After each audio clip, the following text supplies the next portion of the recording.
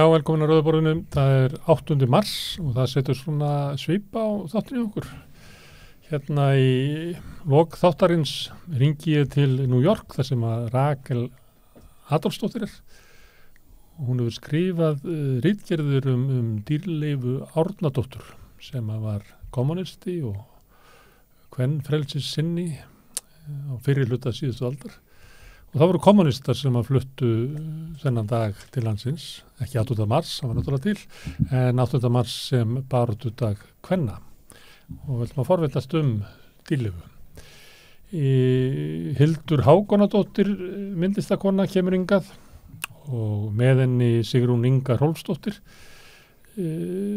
Sigrún settu upp sýningu, sýningastjóri á yfirlitssýningu yfir verk Hildar, svona hennar ævistarf, sýningu sem að má segja hafi eiginlega slegið í gegn. Það mikið af fólki sem að hefur kíkt á Kjarvalsstaði og þeir sem ekki eru búnir að skoða sýninguna ættu að gera það sem fyrst því að henni lýkur á sunnudaginn. Hildur hafði mikil áhrif á rauðsokkarhreyfinguna og kvennabaráttuna á 7. og 8. áratugnum og ég ræði hana við það en líka listina og pólitíkina og kvenfrelsisbaráttuna og eflaust margt annað og við Sigrúnu líka. María tekur á móti við Rauða borðið hér 2 af stelpunum sem í öfgum. Það Þórhildi Gyðu Arnarsdóttur og Huldu Hrund Guðrúnar Sigmundsdóttur og þær ætla að tala öfga og baráttu þeirra gegn ofbeldi sem að passar ágætlega í dag. Hérna þeir eru búin að fara yfir fréttir dagsins að þá koma hingað feministar, sósíalískir feministar, Andrea Helgadóttir, Margrét Pétursdóttir og Sara Stef Hildar. Ég býst nú við að María sitji þá kannski áfram og spjalli við okkur.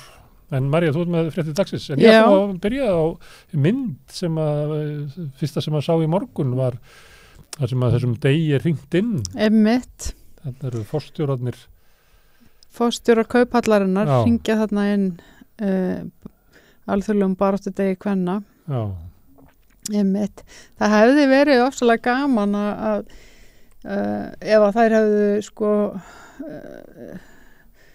boðið til dæmis láglaunakonum að hringja daginn eða það hefði verið einhvern veginn gert eitthvað annað á einhverjum vígstöðum sem að hefði vakið athygli á láglaunakonum frekar heldur en hálaunakonum. Það var 8. mars 1857 sem að konur í New York, fátækar verkakonur sem að unnu þar í spunaversmiðum og fataversmiðum fór í verkvall til þess að kvarta undan ömurlegum launum, löngu vinnudegi og hryllilegum starfsaðstæðum. Þetta hins vegar komið upp á skjáin, þetta frá Þýskalandi. Já, það fyrsta skipti í Þýskalandi. Þetta ekki 1914? Jú, 1914 sem að konur söfnuðu saman þá. Það var bara plakat, það var bannað. Já, var það? Það svona stemming í þessu. Það var náttúrulega sósíalistar og verkalýðssinnar sem hófu þennan dag. Og því að vorum að mynda þessu plakati þá var hérna mynd af henni Dýrleifu sem svona í svipari stemmingu sem við fáum kannski í söðu. Þetta alveg sama stemningin, sko. Kona sem heldur á fánanum dökkarð og í buxum, það Dýrleif sem við ræðum hérna eftir. Þetta eru kommunistar í piknik á Íslandi. En þessi dagur, þetta var baráttudagur verkalýðssinna, sósíalíska feminista, kommunista. Þetta var frídagur þegar konur fengu kosningarétt 1917 í Rússlandi og það frídagur þar. Og þetta var alltaf þeim megin í litrófinu þessi dagur. Þangað til að Sameinuðu þjóðirnar gerði þetta að alþjóðlegum baráttudegi kvenna svona seint á 8. áratunum held ég, 77 eða 70 maðurkilag, 77 kannski. Og síðan þetta náttúrulega eignaldra og forstjórarnir mega nú fagna það ekki? Jú, forstjórarnir mega alveg fagna, svo sem. Það skiptir máli að konur séu forstjórar. Já, það skiptir alveg líka máli, en En, það eitthvað hjá þér. Hvað er? Nei, það skiptir alveg líka máli. Þú veist, en sem sósíalísku feministi þá vil ég sjá samt svona áhersluna annar staðar. Það mega að gera þetta, en þú hefur kannski ekki sérstaklega áhuga á þessu. Nei, einmitt. Þú hefur viljað þeirra, hefur bóðið með konunum sem að þrífa skrifstofuna þeirra. Já. Birna... Eða bara það hefur bara bóðið þeim að hringja bjöllunni. Eða þú veist, þetta hefði... Nei, hver vill hringja bjöllunni? Braskarni getur byrjað að kaupa hlutabréf. Já, það er ekkit atrið í sjálfu sér að hringja sér bjöllu, en maður hefði viljað bara sjá aðra áherslu í fjölmiðlum líka. Þetta er nefnilega mynd sem þetta er ekki fyrsta skiptum að gerist. Þetta er alltaf myndi sem kemur. Sko. Ég veit það, en þetta er líka snýra að fjölmiðlum að kannski vekja athygli á einhverju. Þú veist, og þeir eru þarna að taka undir með því að þetta sé atriðið að hvern fórstjórarnir hringin hvernadaginn, sko. Birna Einarsdóttir, bankastjóri Íslandsbanka, hún skrifaði grein, ég held að birtaði inn á Innherja sem er svona hálffalin viðskiptavefurinn á Vísi, svona lokaður og svona, en ég held að aðsettu greinarnar eru ekki lokaður. Hún var að segja að það skipti feiknarlegu máli að það séu konur í forystu fyrirtækja, vegna þess að það hafi sýnt sig að það sem að konur eru í fórstu í stjórnum og sem stýra fyrirtækjum að þá seitlast niður önnu viðhorf og það hefur áhrif á fyrirtækjum svona hægt og bítandi. Já, alveg svo bara hefur það ekki líka bara verið sannað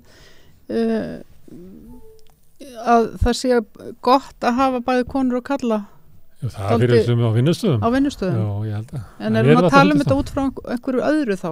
Nei, hún var að tala að hefur bara áhrif að svona sjálfbærni og þar með það er ekki sjálfbært samfélag þar sem að konum er haldið niðri að það bæti svona viðþorfin innan fyrirtækjunum og það sé bara að skref í áttina af bættum heimi að konur stjórni. Það er byrjað að skrifa. Já. Þú ert ekki alveg til að taka undir fórstjórnum? Nei, þú veist, að því ekki ef að það er sko að því við erum að sjá alveg konur sko fara inn í bara svona sama kapitalíska eins og Birna? Já, og þú veist, ég væri bara alveg til að sjá konur Margaret Thatcher? Já, nákvæmlega.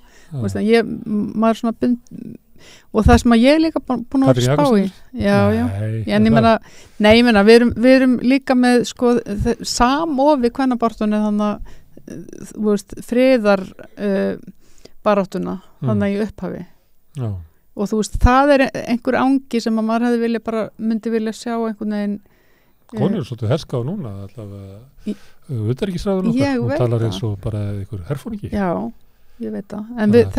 Kill, það er engin friður nema okkur það ekki þetta sigra rússa. Já.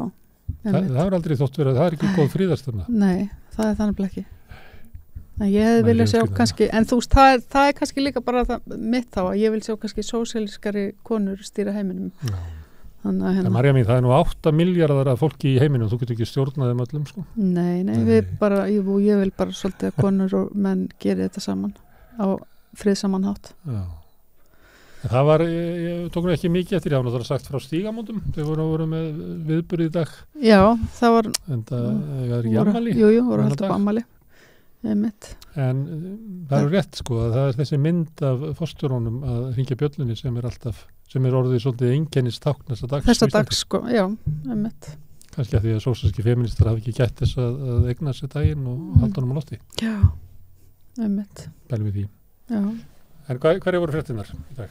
Herðu, það eru verið að fara að leggja fram frumvarp breytingar á atvinnuleyfi fyrir útlendinga utan EES á þingi. Það er verið að reyna koma því þannig fyrir að það sé hægt að fá fleiri sérfræðinga til landsins og dvalarleyfi sé ekki háð einu fyrirtækjaeiganda heldur fylgi fólkinu, segja þær. Það er líklega árið frá VG. En þetta er baráttumál Sjálfstæðisflokksins. Þetta er baráttumál, með þetta á stefnuskrá. Einmitt.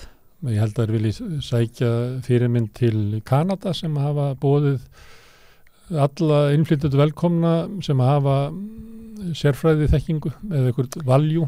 Við viljum ekki fá bara einhverja skúringakonur hingað. Nei, ferðarþjónustan vill vantarlega skúringakonur samt. Já, En síðan held ég að við höfum bent á þetta hérna við Rauðaborðið að vinnuafls þörf fyrirtækja og það vantar, man ekki var ekki 70% fyrirtækja sem að telja eða meira, sem að töldu sér vanta starfsfólk, sem að bendi til þess að EES er ekki orðið nógu stórt bakarður fyrir það svo fáir sem vilja koma til Íslands.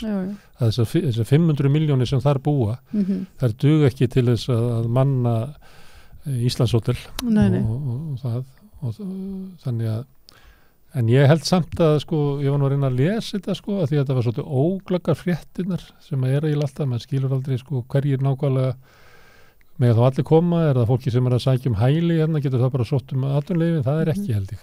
Það var talað líka um listafólk og ég veit þetta hefur verið vandamál sko fyrir listamenn. Það fá að búa hérna. Það er íslenski listamenn sem hafa fengið grænakortið í Bandaríkjónum fyrir að vera listamenn. Já, einmitt. Gefa eitthvað til samfélagsins þar. Akkurat. Ég man að einhvern tímann skrifa ég upp á hjá honum Gísla Rúnari. Þá var ég eitthvað staðar ritstjóri og skrifaði upp á að hann væri ómissandi pislahöfundur. Mætti fá að búa hann í LA eitthvað þar hvar sem hann bjó sko. Einmitt. En þegar maður lesa fréttatilkynningu þá voru fyrirsjáleiki verið tryggður með mannaflaþörf. Þetta er eitthvað, ég veit ekki. Stjórnsýsla verið einfölduð með samningu dvalar, stjórnsýslan einföldur yfir það er bara fljótur að segja nei. Það er yfirleitt bara þannig, einmitt. Það er eins og með útlendingafrumvarpið núna. Þannig að við þurfum að setja okkur inn í þetta og með þetta. Ég held þetta sé ekki eins mikil breyting og að vera látið þessum fundi. Nei. En stofninu til það sem að sjálfstæðismenn hafa fengið inn í stjórnarsáttmálanum. Það eru VG ráðherrar sem kynna þetta mestu. En Áslaug Arna var þarna líka, Guðmundur Ingi var þarna sem vinnumarkas og svo var Katrín Jakobsdóttir. Já, einmitt. Ég er svolítið forvitin að rýna inn í sjálft frumvarpið sko. Já. Þannig hérna. Heyrðu, miðluna til að Ástrás var samþykkt. Kom engum á óvart. Nei. Það heldur áfram svona áróðurinn, Halldór Benjamin. Hann heldur áfram að vera með eitthvað svona attitút sko. Þannig að það er ekki runnin af honum móðurinn. Kannski er ekkit, litur hann að svo að stríði sig bara ekki eins og hálnað. Nei, sko. Hann er í stríðiveflingu. Ég hlustaði mitt á viðtal við sko Sólveigu í dag líka í útvarpinu og þar var hún spurði mitt hvort að núna það er ekki sverðin slíðruð og eitthvað svona með starfsgreinasambandinu í komandi gera viðræðum. Hún var nú ekki bjart sín á að þeir hefðu áhuga á því. En er hún ekki komin hún er að fara að semja kjör þeirra eflingafélagi sem að vinna hjá ríki og sveitarfélagi. Þannig er hún ekki bara upptekin af því.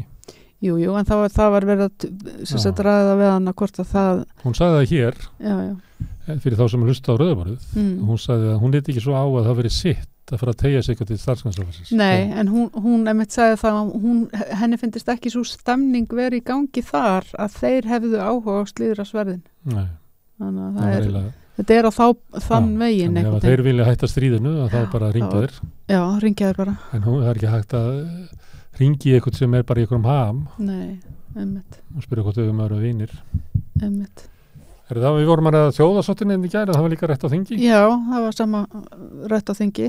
Og það var einhverju þingmenn vildi menna það að húsnæðismarkaðurinn væri að valda óþjóðarsátt. Sem að ég held að þú ætti að vera ég veit ekki, maður má kannski ekki segja að vera blindur og heyrnarlaus en þú þarft eiginlega að hafa bara búið eitthvað annars þar á Íslandi til þess að áttaði ekki á þessu. Já, ég veit það. En svo var einhverju sem voru að benda á það að þessar kröfur þjóðarsátt sem koma frá Bjarna og Benediktssyni og Ásgeiri Jónssoni að þetta eru kröfur það að launafólk takja á sig byrðarnar. Já. Þeir eru ekki að ræða það að leggja skatta á þá sem er að skila fá ógnartekjur og ógnarauð til sín. Nei. Þeir eru ekki að leggja til stórfelld og uppbyggingu húsnæðis. Nei. Þjóðarsáttinni hugað er bara að þjóðin sætti sig við það að tekjurnar og launin skerðist í verðbólgunni. Já. Sætti sig við það að kaupmátturinn sé þeirra efnuðu áfram eða þeir ríku fá bara alla peningana. Það kemur ekki venjulega fólki við. En það bjóð það ekki til það nauð, segir þetta fólk. Já, einmitt. Það er bara öfund og þetta agnóst út í það. Já, það er bara öfund. Þannig að þjóðarsáttin í huga Bjarna og Ásgeirs er það að þú átt bara að sætta við það, María, að kaupmátturinn þinn skerðist. Já, og ekki vera að fara í eitthvað verkfall eða vera með eitthvað derring. það er þjóðarsott. Herðu Bjarni, já, að því að Bjarni hefur verið að segja, ég held að það hefur verið bara, hvar var hann, var hann ekki í Kastljósundaginn? Jú, þá tekur hann dæmi og ég bjóði með graf sem að sýnir þróun launavísiturinnar, sem þetta bláa lína þarna, og rauða þróun verðlags, og þetta eiginlega hækkun undan 12 mánuði, þannig að hún fyrir yfir 10,2% verðbólgan í lokin. En Bjarni tekur alltaf dæmi þegar hann að tala hvað laun hafa hækkað mikið. Og svona þú horfir á línuna, hvaða dæmi heldur Bjarni taki? Það sem maður hæðst. Það sem að í desember þá mældist og maður myndi nú ætla að það hefur bara verið mælt vittlust eða eitthvað. Það hefur bara slegið eitthvað til í Hagstofunni. Þetta er dæmi sem að Bjarni vill fá að tala út frá. En hann vill ekki tala út frá því að frá því í maí í fyrra að þá hefur kaupmáttarskerðingin verið í gangi og bara umtalsverð. Þannig að það hefur verið að klippa af. Það sem að vantar upp á það að launafólk haldi verðgildi launa sinna og fái hlutdeild í 3,7% hagvexti á mann í fyrra. Það munar 6 milljörðum í janúar á einu mánuði. Og þú getur margvaldað með 12.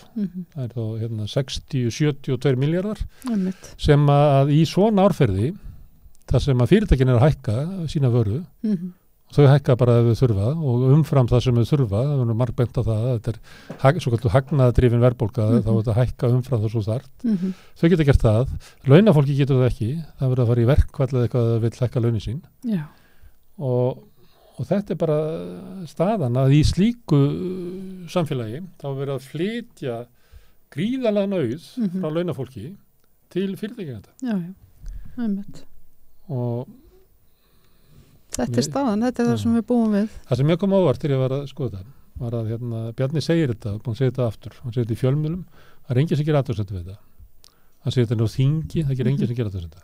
Það er enginn svona svo kallar fræðasamfélag sem kemur svona opsi, þannig að það gengur ekki að... Hvar er fræðasamfélagið bara yfir höfuð? Það er ekki sem segir, það gengur ekki að við séum með ráðherra sem er bara að ljúga þjóðinni í öllum vitum sem kemur fram í. Það er bara, þannig samfélag bara en þetta ekki, við erum með bara, ég menna við erum með sko ekki bara Bjarna, við erum með mun fleiri ráðherrar sem að reglulega ljúga í pontu á þingi. Við erum bent á hvernig Jón Gunnarsson dómsmálaráðherra útlistaði svona flóttamannavandann og það væri bara opin gátt við sýndu það margfart fram á það bæði heildartöluna sem hann nefndi voru allt og háar með að við hver niðurstaðan var og svo að það sem að aukningin var fyrst og fremst flóttafólk frá Úkraínu og frá Venezuela sem að hvort ekki eru stjórnvaldsákvarðanir að bjóða fólk sérstaklega velkomið frá Úkraínu og Venezuela þó svo að ríkisstjórnin sé hætt við að bjóða fólki velkomið frá Venezuela að þá bara heldur það áfram vegna þess að þú mátt ekki bara skipta skoðu, þú verður að sína fram og það hafi eitthvað breyst í Venezuela og þetta er ekki til þess. Nei. Svo erum við með aðstofamanninn hans Brynjar Níelsson sem er nú bara alveg búin að hann ætti nú bara að vera að koma með eitthvað svona gósanir, hann er búin að ljúga svo eftir pontu. Já, kannski var ég held að maður þurfa að vera úr 3 til að fá til gósanir sko. Ég held að það sé ástæða sko. Það er ástæða, hann er ekki úr 3. Brynjar er ekki úr 3. Þess vegna geta þið platað. Þeir ég víst að fá svarta blett á tunguna eða ekki? Jú, það er annað, jú. Kannski á það að vera í viðtölum, sýnda með tunguna. Já. Er það með fleiri fréttir? Já, þú myndist að Stígamót þarna, það var fréttamitt það í dag að biðlistarnir hjá Stígamótum eru það er 5 mánaða bið hjá þeim. Og svipaðu eins og eftir heilsugæslulækni? Já, þetta er bara eins og eftir Nei, það er ekki svo mikið. Freysar lengra þetta. Já.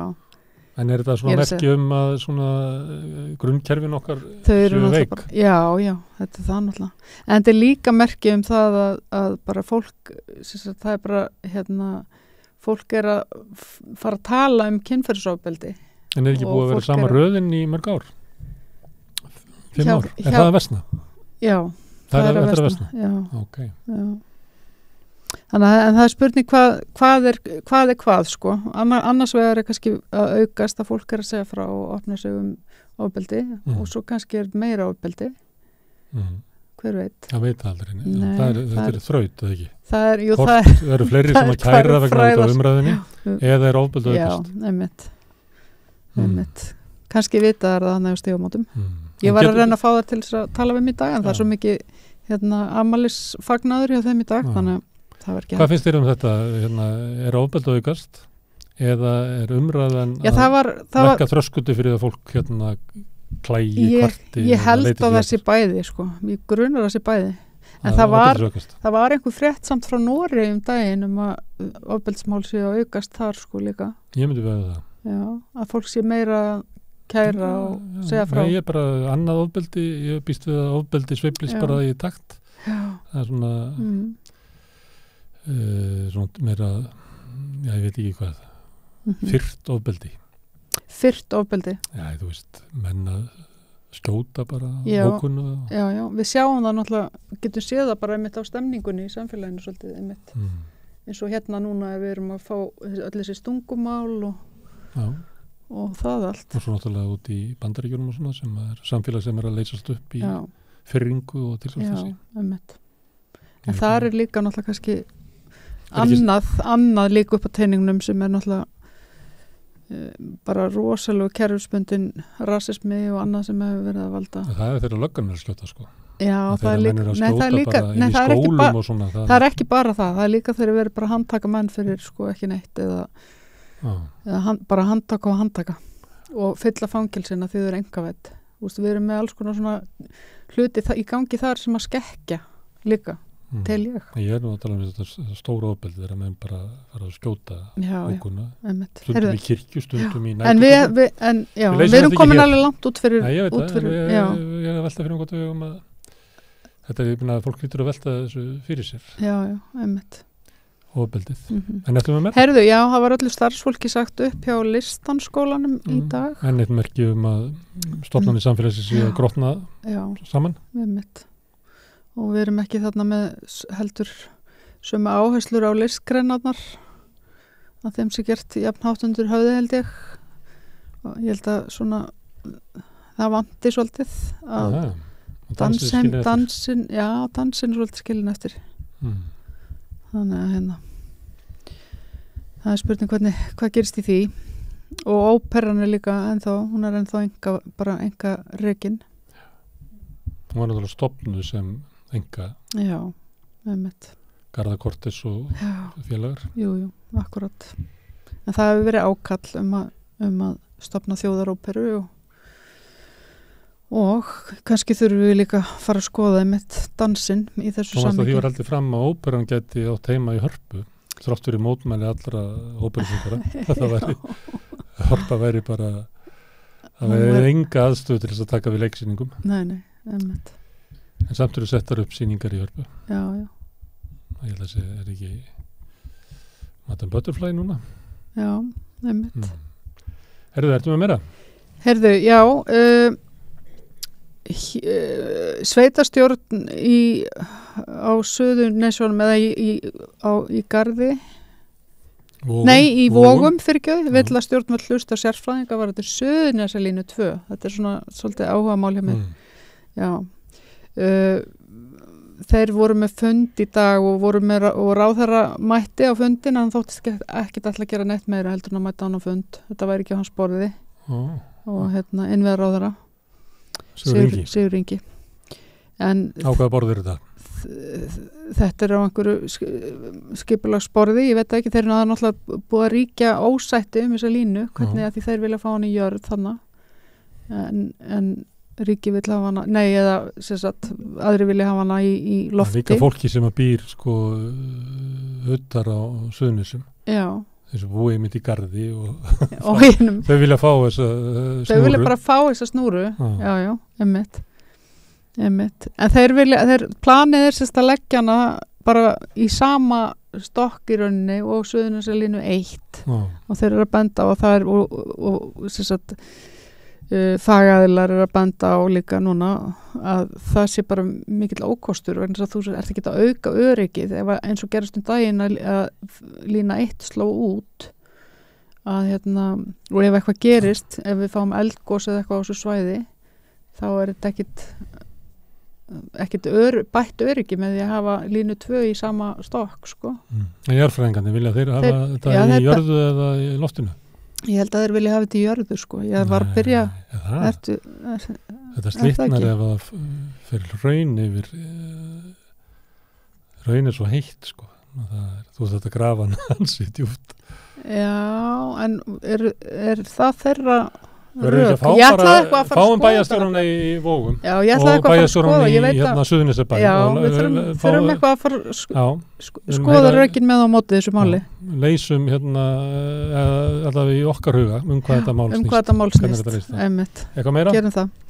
Herðu, Jón Ásgeir segir íslensku krónuna versta óvin atvinnulífsins og fólksins í landinu. Já. Hann skrifaði, þetta í árskýrslu Skél sem eins og Skeljungur sem hann búin að breyta í svona fjárfestingafélag. Já. Og ætla núna búin að kaupa stóra hluti í Vís og ætla að láta Vís saminast Fossum og líklega þaðan inn í Skél og ætla að búa til eitthvað svona ég veit ekki eitthvað FL út úr þessu. Einmitt. Hann sagði sko að það væri galli að erlendi fjárfestar vildi ekki fjárfesta þarna. Já. Út af krónunni. Að því að við erum ekki með evruna. Já, og ég hugsaði, ég held að til dæmis að erlendi fjárfestingar horfi líka það að það vil kannski ekki fjárfesta það sem hann stjórnarformaðurinn. Ég meina er að Þorsteinn Már eða sem þetta bara martaðu íslensku stórum mógulónum en bara frækt allan heim fyrir einhverja spillingu. Fyrir spillingu. Já, það fer ekki svo líka annað að sko að því að þetta er svo mikil braskaramarkaður hérna þá eru verð á íslensku hlutabrjöfum sko margfalt hærri á öllum mælikvarða þetta allt annars það búið að sprengja þetta svo mikið upp að sumileit út á svona braski og öðruleit út af því að lífeyrissjóðurnir náttúrulega mega bara fara held ég með 30% út eða eitthvað, ég man ekki hvernig það eitthvað regla þannig að þeir það bara innbyggt í kerfið að það eignabóla af því að lífeyrissjóðurnir verða fjárfesta á Íslandi sem bara heldur upp í verði á öllu og þetta náttúrulega óleysaleg flækja því ef að þú leifir þeim að fara út þá náttúrulega bara fellur krónan og á ekkert samfélag hefna því að taka 15,5% af öllu launatekjum og flytja til útlanda. En með því að hafa innanlands að þá gera þau ekkert annað en að kaupa sko gamlar eignir. Það vilja ekki að leifa þeim að fjárfesta í íbúðarhúsnæði. Þannig að þau vilja bara hafa það á bröskmarkaðunum og það þýðir það að verða á öllum íslenskum fyrirtækjum bara allt og hátt. Já, akkurat. Þannig ég held að Jónsi gleymi sjálfum sér. Já. Gleymir fyrirtækinu sem hann vinnur í, gleymir landinu sem hann býr í.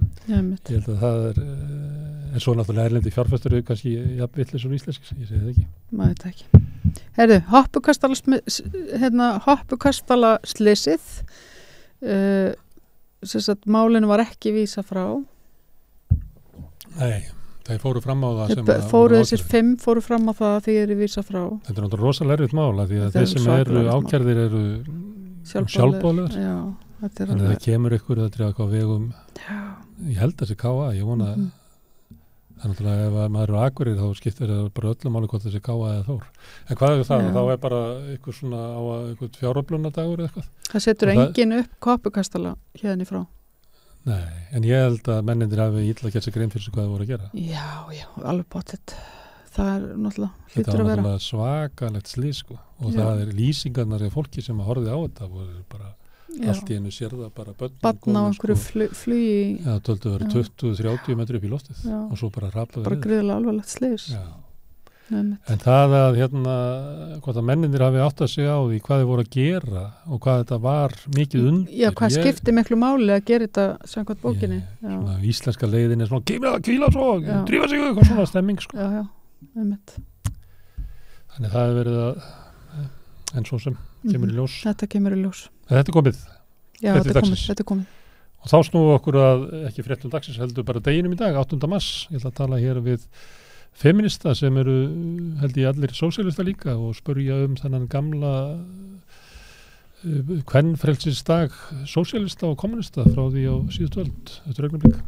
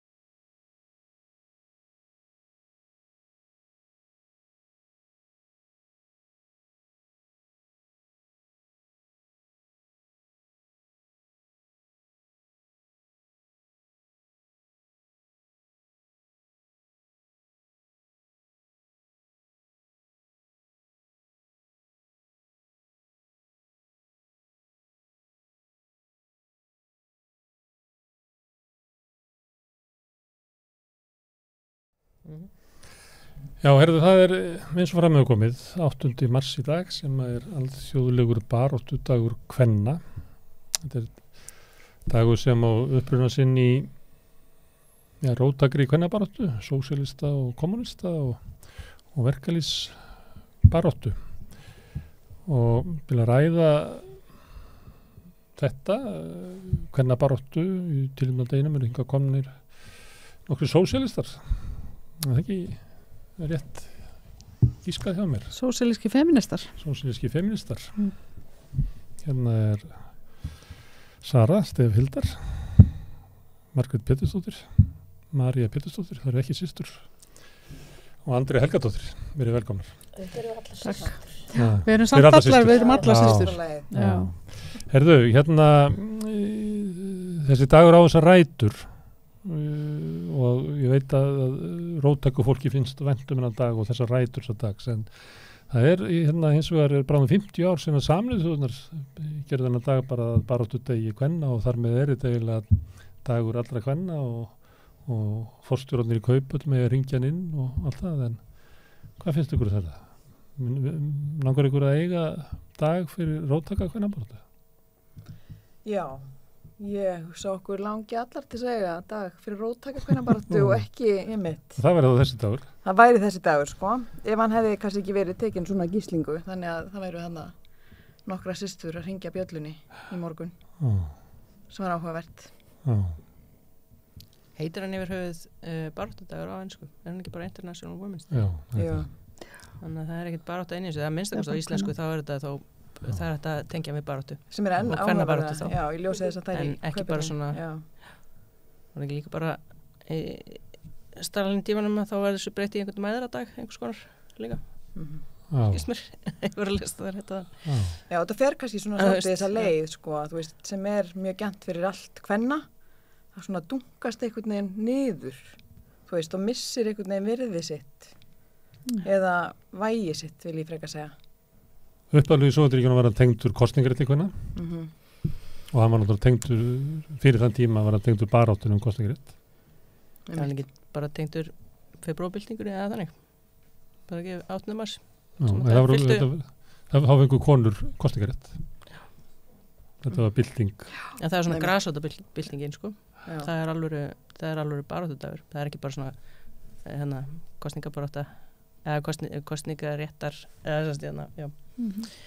Já, að öðlast einhver svona réttindi til þess að geta talist jafni borgara til jafns við kalla, væntanlega, sem þær höfðu ekki áður. Þannig að já, mér finnst bara áhugavert hversu stutt við erum komin á þeirri leið. Þetta er endurtekið efni, ég fór á morgun, í morgun í vinnunni og tékkaði inn á tímar.is, ég var að leita að þessum baráttudegi og fann þar elstu heimild frá 33 minni mig. Íslandi. Já, íslensk heimild baráttudag, alþjóðlegan baráttudag kvenna var það sín leitað og það var kvennarhreyfing kommunistaflokksins, já, sem að var að raunverulega, það var eitthvað tilkynning eða frétt í þessum bleðli sem hefði bara getið skrifið í gær, bókstaflega, bara láglaun kvenna, atvinnuöryggi, fátækt, verðbólgu, allt þetta sama. Þannig að sko að öllum kvenna... Það er róttæk kvennabarátta sem heldur þessum kröfum á lofti en gleymi sér ekki í því að horfa á fyrirmyndundar í Kauphöllinni sem er ringja. Já, það sem er kannski áhugavert er að það virðist einhvern veginn ekki hafa lagast. Þrátt fyrir alla þá kvennabaráttu sem hefur verið stunduð eða unnin, að þá virðist við enn vera á sama stað og maður tekur líka eftir því náttúrulega bara fylgist með alveg frá MeToo fyrr jafnvel, að konur eru alltaf að verja sig bara eiginlega svona líkamlega. Það fjallar mjög mikið kynferðisofbeldi, það fjallar að hafa rétt yfir eigin líkama, fóstureyðingum. Það var náttúrulega bundið svolítið þetta með kynferðisofbeldi, var náttúrulega bundið í verkalýðsbaráttunum líka hjá konunum. Já, ég segi það. Það var alltaf bundið, sko, því þegar þú ferð út af vinnumarkaðin, það var alltaf komin í hættu, gagvart. Líkaminn er bara komin á eitthvað hættusvæði, sko. Einmitt punkturinn sem ég ætlaði að benda á, þannig að þetta er, það að vera kona, það er bara eiginlega að vera svona í einhverju gíslingu eða lífshættu, skilur. Já, ég meina þetta er rosalega áhugavert, sko, að og allir orka kvenna, öll þessi kvennabarátta, hún fer þá í það að reyna að verja líkama kvenna svo sjáum við þannig líka bara svo í Íran og Afganistan í dag og fleiri stöðum. Bandaríkjunum. Þú veist, og umskurð og svona alls konar viðbjóð sem að konur, bara hryllingur sem að konur þurfa að þola. Að þessi barátta stöðug. Þannig að hún virðist ekkert breytast og það ekki kvennana. Það ekki upp á þær að sakast, sko. Svona öryggismálin ættu eiginlega að þetta ganga út frá þessu, ekki á annan hátt, eins og kallar vilja kannski frekar að tala öryggismál. Já. Konur sem öryggar að vinnast það. Til dæmis. Já. Það vantar stáltá og hjálm til þess að mæta þessari kassu sem það til þess að mæta þessari vá á vinnustöðum. Eins og góða konur sögðu við mig fyrir nokkrum ára síðan, sko, með launamunni sem var þá í háfu, þú veist, var mikið verið að berast út af launamunni kynja. Það sagði það bara, veist, þið með eigana launamunni þið bara hætti að nauðga okkur. Og það svolítið til í því. Þú veist, við getum í rauninni ekkert, gert einhverjar alvöru kröfur eða farið í einhverja dýft í stéttabarátti ef við erum alltaf með yfir höfð okkar, sko, ofbeldið sem að aukast. Já, einmitt. Já.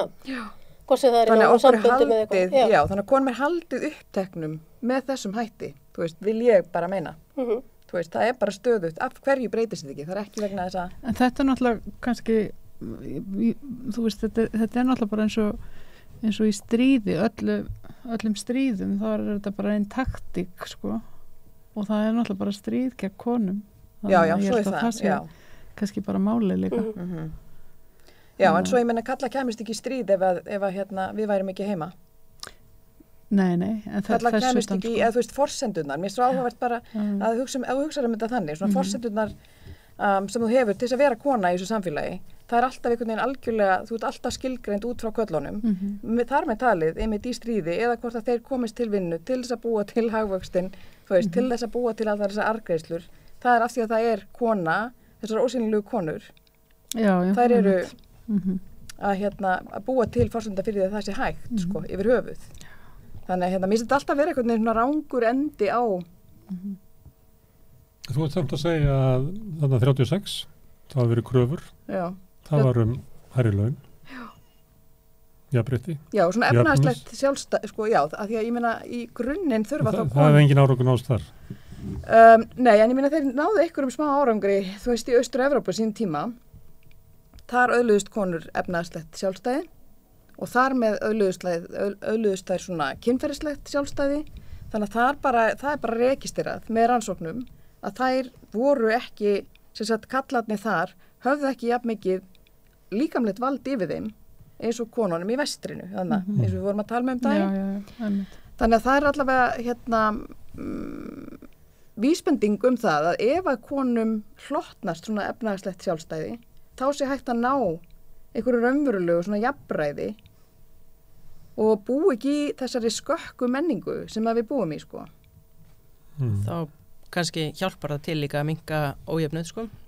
Ég myndi halda. Af því að ef þú ert alltaf með þessi þetta lægsta stig þar sem þú lendir, sko, undir línunni, þá ertu til dæmis í flestum tilfellum ertu kona því þú ert bara yfirleitt með lægri laun og þá ertu bara í mjög mikill hættu það að vera til dæmis get ekki flúið ofbeldismann á heimili til dæmis af því þú getur ekki öðlast þitt eigið húsnæði, skilur. Þannig að þá ertu bara í efnahagslegu fangelsi ofbeldis. Í markaðnum eins og hann í dag. Já, ég segi það, þess vegna, sko, þú veist, þá er það kvennabarátta í rauninni að berjast gegn óréttlætinu sem á húsnæðismarkaði til dæmis. Já. En nú til dæmis búið að kasta sand í augun okkar með þetta efnahagslega sjálfstæði með þessari jafnlaunavottun. Já. Þú veist, nú bara fyrir alveg rosalegu tími, kostnaður og orka hjá öllum stofnunum og fyrirtækjum í að halda upp einhverju kerfi sem á að heita að jafna launin. Þau gera það ekki, þau bara halda svona launa ákveðnum störfum bara í gíslingu saman og þá er þau bara jöfn þar. Það er svona vingil á þetta með Og þetta, þannig að það er líka bara efnahagslegt sjálfstæði kvenna í þeirri hugmynd. Hún er bara vöruvætt. Af því svo verða bara til alls konar ráðgjafafyrirtæki sem að fara á milli fyrirtækja, fara á milli stofna, það að votta þetta. Er ekki, það er náttúrulega bara nýbúið sína fram á að þetta hefur ekki verið að skila því sem að vannst var heldur. Þannig hvað sér það fyrir ekki? Pælingin mín var sko bara þetta með af því að feminismin hefur verið svolítið upptekinn af því að gera svona hvern stjórnendur og svona yfir konur, eða þú veist já, við verðum að vera með svona og þetta alveg með þessi brjóta glerþakið og það er svona ákveðin táls í nýju vegna þess að einhver leiti þá ertu sko ekki að gera af því að þú veist það er einhver leiti þú veist þá verða alltaf einhverja konur eftir í þessum típisku konustörfum þú veist og það verða fara kallar kannski bara einhver leiti líka í þau þú veist en þú ert einhvern veginn að segja að það er einhvern veginn það verður til svona það að þú veist þú fær svona stöðuhækkun upp í það að vera kall með því að verða til dæmis lögfræðingur skilur þá ertu komin á þann stað einhvern veginn og þá færðu þessa skilur viðurkenningu að vera en svo skilur alltaf eftir bara þetta neðsta lag og yfirleitt er það bara konur sem enda í því skilur það eru bara einhverjar konur sem þú þekkir ekki lengur það er bara einhverjar útlenska konur eða, já þess vegna er þetta eins og með kauphöllina í morgun ég minna þetta verður svo grátbroslegt sko því þetta er engin kvennabaráttu þetta er bara ganga inn í stigveldi kallana og leika þann leik já þannig að það er svolítið búið að gleymast í þessu já ég minna þetta er svona nýfrjálshyggju feminismi þú veist þetta er líka bara eins og þegar þú sér svona kvenráð þeirra hér gangi í stuttunarbólum konur eru konum bestar þú veist það er svona stett en Birna Einarsdóttir er eina af þeim sem hringdi inn hringdi bjöllunni opnaði fyrir verðbréfa viðskipti þann daginn hún skrifaði grein í dag og hún sagði að skipti feiknarlegu máli að konur væru í stjórnum fyrirtækja og væru að stjórna þeim því að sjónamið þeirra hrísluðust niður og hefðu áhrif lærðu þessu Þetta er svona eitthvað brauðmóla. Ég er að spyrja ykkur að þessu. Mér langar svolítið að vita hverju munurinn á róttækum feminisma og bara öðrum feminisma sem er búið upp á hér dagsdaglega. Hvað segir þið við Birnu þetta? Þetta er ekki svona eitthvað smáréttaborð sko, en ég meina þetta er smokisbót. Já, ég meina, þú veist, ég skil ekki alveg hvað Birnu gengur til. Ég meina, hún er, ég endurtek mig bara, hún er bara búin að ganga inn í, þú veist, þessa sviðsmynd og taka á sig þú veist, svona karlægar ábyrðir, svona karlægt gerfi, hreinlega, og er að spila þann leik, þú veist, hún er ekki að vinna með konum, eins og Andrea var að tala sko, þú veist, það verða bara alltaf þessir örfái, það er kapitalismin, þú veist, það er engin kvennabarátta hvernig sem hún lítur á það. Sko, þegar Sheryl Sandberg hérna hjá Google, hún var fyrsti kvennstjórnandi, yfirstjórnandi hjá Google sem var barsáðandi, og það var ekki fyrir þá, sem að Google fór eitthvað að spá í býtu konur geta þær fæða börnin alveg rétt já, og svo núna er árið þannig í kapitalismanum að þeir borga þeim fyrir að fresta barneign þú veist, þú getur raunverulega að fengja eitthvað svona kaup auka þú veist, eitthvað viðbót bara og býður barnfrestun og frí já, er ekki líka að það vera að fresta eggin fyrir þig þú veist, þetta er alveg rosalegt frelsi já Ég veit ekki hvort að Birna var að tala um þetta. Þið hafnið þessu að Ég hafna þessu. En það hlýtur samt að vera kostur og tvennu illu, þá er betra þessi kona sem er bankastjóri. Ekki innan kapitalismans, eins og þær eru klárlega, ég meina hún er stjórnandi í banka, þær eru allar stjórnendur í svona karlægum fyrirtækjum, þannig að þá er bara ekkert hvenna að gerast. Þannig hún er bara boðflenna í þessu degi að ringja sig. Hún er boðflenna þegar hún er að ringja þessari, þetta er bara miskilningur, ekki boðflenna, þetta er bara algjör miskilningur. Þú veist, er hún að ringja þessari bjöllu til þess að bjóða fátækustu konum að koma til sín og vera með? Nei, þetta er til þess að verðbréfagutandi geti hafið viðskipti þann daginn. Akkurat. Þannig að hún er ekkert að spá í það, hún er ekki feministi. Hún er ekkert að spá í það hvernig konur hafa það. Nú með strákarnir byrja að hlaupa. En af því að þið voru að tala um hérna róttækur feminismi, er þetta ekki bara svolítið eins og með ótrúlega margt núna í kapitalisminum að hérna svona róttækar hugmyndir eru bara teknar svona og tandregna nógu mikið til þess að þú veist þær eru nógu edgy til þess að vera töff og fólk hafi tilfinningu það að hafa eitthvað, þú veist það geti breytt einhverju eða þú veist þarna skilur þarna er einhver sem að sjáu bara þennan, þú veist hann fær að tala við hljótum að búa í rosalega miklu réttlæti skilur en það er búið að taka allt hættulegt úr því skilur þannig að mér finnst það að vera svolítið svona það er búið að búið svona fluffi útgáfu af feminisma sem það var ekki, skilur við. Það var ekkit radikal. Það er búið að vöruvæða feminisma. Nei, ég meina feminismin var bara róttækur. Feminismin gerir það. Það bara vöruvæðir alla svona baráttu. Þannig að þú veist, nú ertu bara í konur eru konu bestar og ertu bara í smart jakka við. Ég held að Íslandsbanki hefði auglýst eitthvað svona eins og þú ert að lýsa.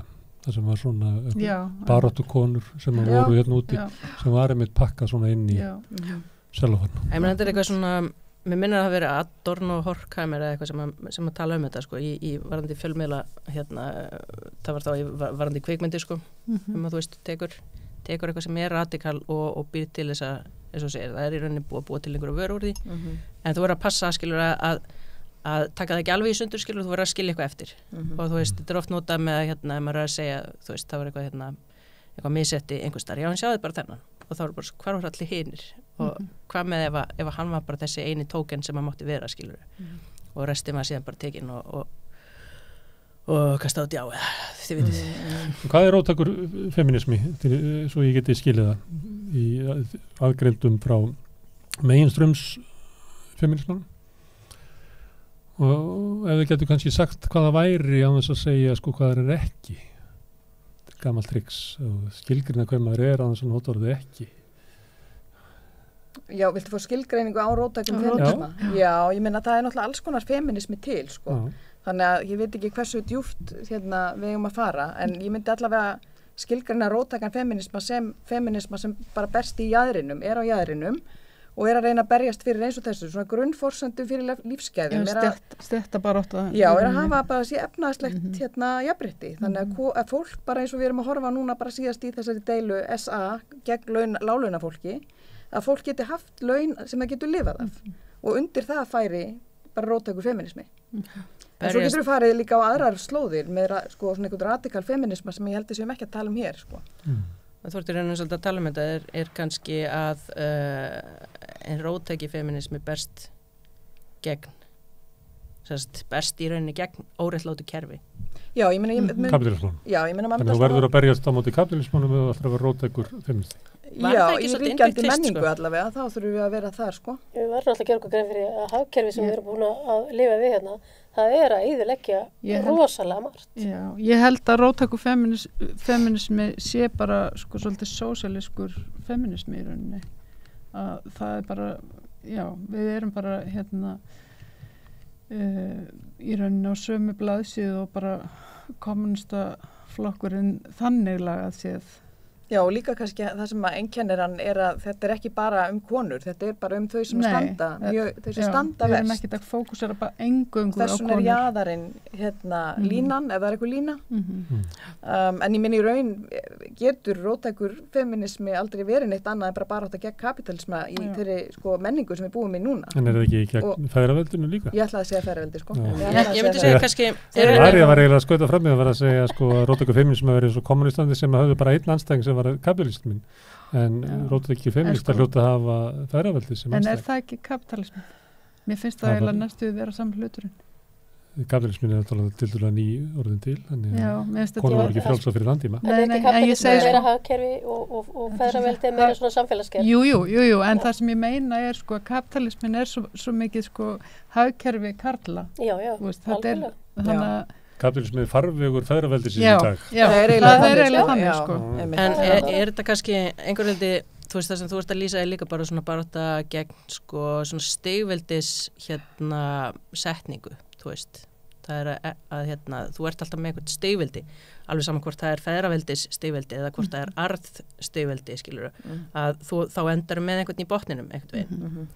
Þú veist, og það fannst mér alltaf, eða svona með við það sem ég hef svona lesið um svona upprunalegu hugmyndir feminismans, að það hafi verið skilur aðal óvinnurinn, eiginlega, stigveldið, þú veist, og í mörgum tilfellum er það náttúrulega, sko, er það bara út af eins og þú segir, þú veist, af því hvernig samfélagið okkar er, að þá er það, þú veist, feðraveldi eða það er, skilur, kapitalist, svona kerfi. Já, ég sem margar konur náttúrulega finni bara á eigin skinni, burt sér frá einhvern svona fræðilegum skilgreiningum á því hvað feminismi er, sko. Að þá held ég bara að margar konur náttúrulega finni svona fyrir einhverjum feminisma án þess beinlínis að geta kannski sko skilgreinda, þú veist, eftir einhverjum fræðilegum línum. Ekkert ósvipa kannski að þau verða fyrir kúuninni að þau verða bara fyrir kúuninni en kunna kannski ekki setja þetta í orð og þetta er ekkert ólíkt því bara kúunin sem það verða fyrir var til á undan sko skilgreiningunum þannig að það er umlega þú þarft ekki að skilgreina það er það sem ég var að reyna að segja sko að ég meina það er alltaf að tala um Grikklandi eins og einhverja siðmenningu vestrænan menning. Vagga vestrænan menning. Hún bara heila vaggan, þú veist, þessir patriarkar hana. En þetta svo ekkert ósvipað, sko, og bara kapitalismin sjálfur. Ef þú ert svona, 80s barn, sko, eða svona late 70s barn, þá bara var engin stjætt. Það voru bara engar áhyggjur. Hér bara ekkert að þessu heimili. En samt kannski var alltaf eitthvað svolítið skrítið og mamma alltaf eitthvað rosalega stressu á leiðin í bankan og alltaf bara eitthvað bíldrusla einhvern veginn í bílastæðinu eða skiljiði og það var en samt ekkert að, sko. Og þetta ekkert ósvipað kannski að vera kona. Þetta svona gaslýsingar ástand, sko. Kapitalismin og feðraveldið. Af því þeir stöðugt sagt bara það ekkert að. Þetta segja menn séu vondir, Sara. Ég nú bara frekar næskur og allir kallarnir í minni fjölskyldu, sko. En ef þú myndir flippa sviðsmyndinni, sko, og Gunnar Smári hefði verið kona og gengið sína leið, að þá hefði svo margt gerst fyrir Gunnar Smára á þeirri leið sem þú mynd aldrei eins og geta ímyndað þér. Í bara þeirri mynd sem vært núna, sko. Já, ekki frekar en ég væri svartur eða... Já, ég segi það. En þú veist, það væri bara, það svo mikið af svona auka hryllingi sem að fylgir, þú veist, í að vera kona, sko. Og það bara óþolandi ástand. Og það að konur hafi það betra í dag heldur en í gær, það bara mýta. Já. Það hluti af þessari gaslýsingu. Þú veist, þetta gaslýsingar ástand. Þar fyrir þetta, sko, skiptir það máli? Þú veist? Já, akkurat. Þú hafur það þó betra, áttu þá að hætta að vilja hafa það ennþá betra, eða þú veist, hvernig tengist það, skilur við? Ég bara næði ekki alveg. Að bara vera svo stoltur af því að vera kominninga. Jafn gott, og þú átt ekki búið við sama öryggi að hafa það jafn gott fjárhagslega og kallarnir. Af því að þú hefur það samt betra heldur en ammaðin eða hvað, skilur við. Já, þú veist, plís ekki fara þá að gera svona eins og ammaðin og fara eitthvað að berist fyrir einhverju meira. Nei. Ok, en hvað hefur árangurinn náðst? Hérna, að því að við erum á, þetta sögulegu dagur, þetta svona aldar gamalt plús. Hvað hefur árangurinn náðst? Efnaðslega? Já, konum frelsi, svona, hvað ég að segja, svona, það að geta verið ekki undir árásum. Það ekki algjört. Við erum undir árásum. Ég segi það. Efnaðslegt annað. Það að geta tjáð sig. Vera frjálsar í samfélaginu. Já, maður getur bara byrjað á líkamannum. Stærri opinberu vettvangur. Já, ég meina bara hafa stjórn á eigin líkama. Að geta farið til dæmis að geta farið í fóstureyðingu. Látið frista ekkin. Það hefur komið. Farið í fóstureyðingu. Geta bara, menntun.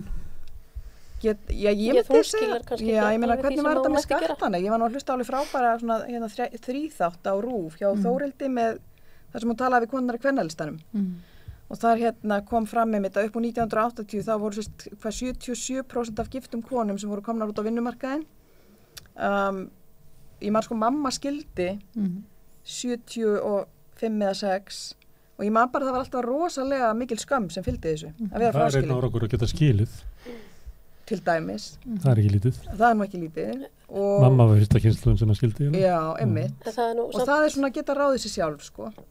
En enga síður, það var bara þessi tala þarna, early 80s, 77% af giftum konum, fara út á vinnumarkaðinn, en þær eru ekki, gefa ekki tekjur upp til skatts og kallarnir með að nota þeirra tekjur til frádráttar.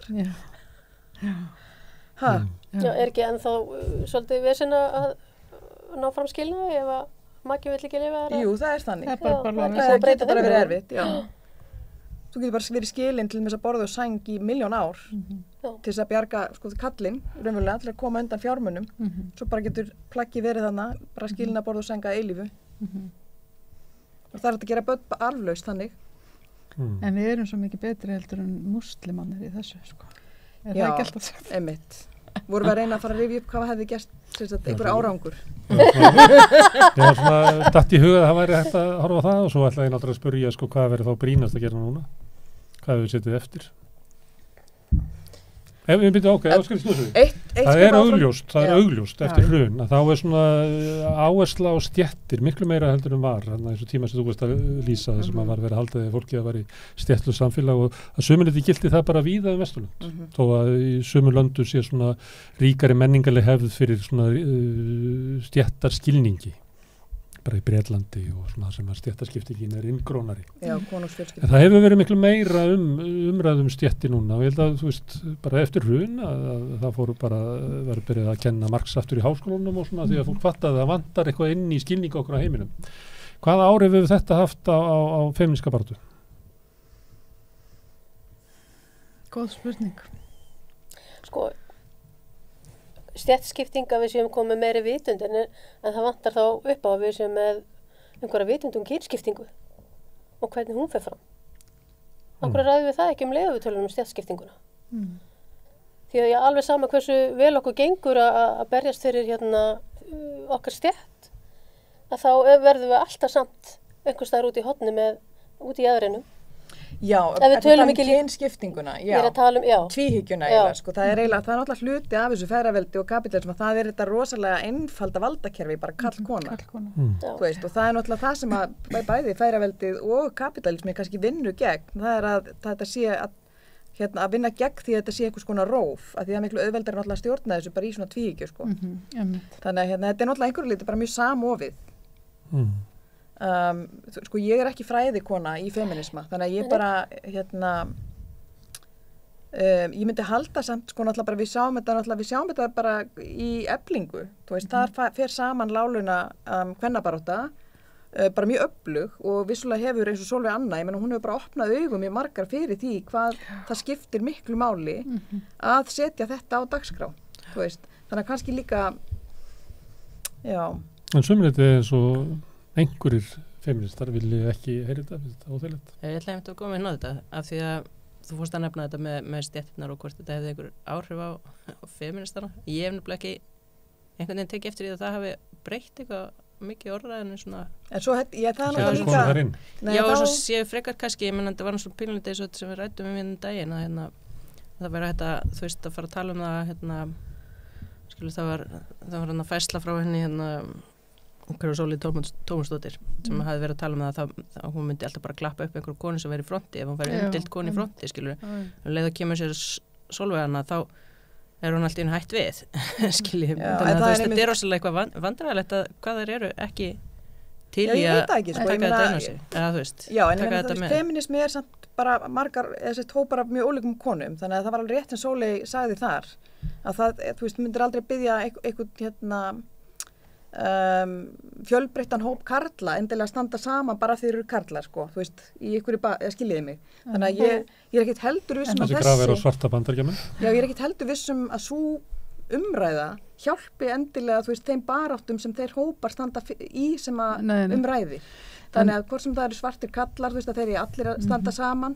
Það er mjög sterk krafa um það. Já, en þeir eru mjög ólíkir, það er bara, þú veist, með bara mjög menntaða svarta kallar. En þessi krafa er að... En hver gerir þessa kröfu? Það er krafa hjá svörtum bandaríkjamönnum að trúa á sakleysi O.J. Simpson.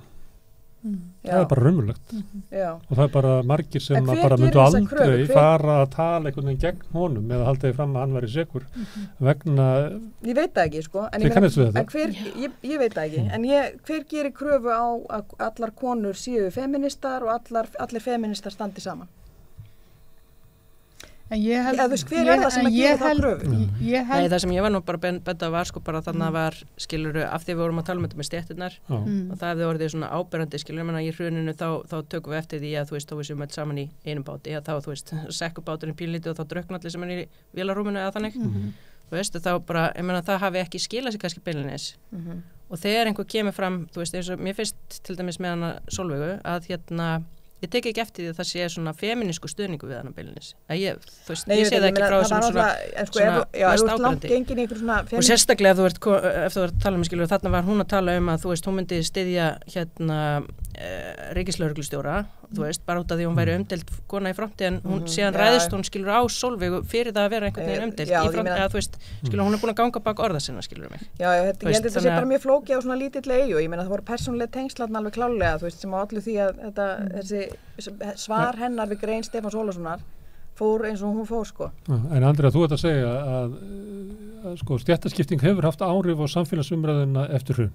Við sjáum það bara að það er að tala um það á Davos að ójöfnuður sé eitthvað sem við höfum að fást við.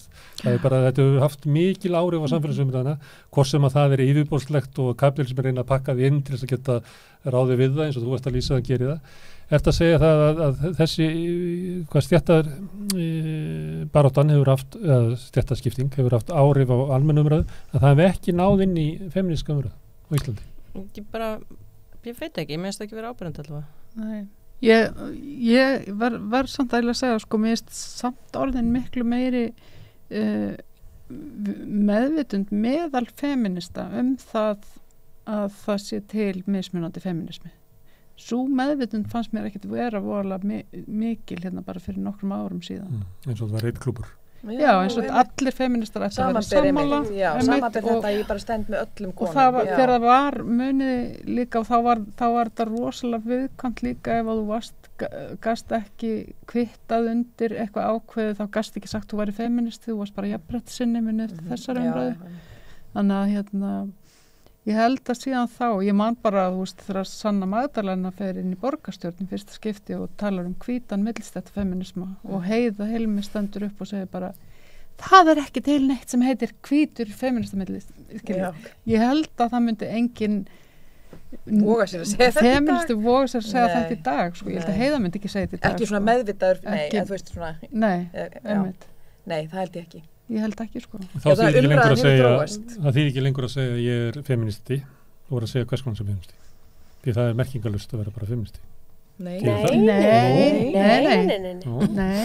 Það er ekki. Þú varst að segja þetta? Nei, ég var ekki að segja það. Ég var að segja að það er bara áherslurnar innan feminismans eru mismunandi og þú getur verið, ég meina það geta svo sem alveg kalla sig, sko, feminista einhvers konar jafnrétti sinna þessar konur hérna í Kauphöllinni, en þær eru ekki að berjast fyrir feminisma eða hafa ekki sömu svona sýnina og við sósíalískir feministar til dæmis. Þær eru ekki með þessi stéttakleru og það eru yfirstéttar feministar og þið eru sósíalískir feministar. Þannig að hver er þá bara feministar? Þær eru ekki yfirstéttar feministar, þær hafa bara gengið inn í sviðsmyndina til þess að leika leikinn með körlunum. Það er mest kannski svona áhugaverði spurningar frekar en að vera sortur af feminisman eitthvað. Þú veist, það finnst mér eiginlega ekki skila kannski beint neinu í umræðunni.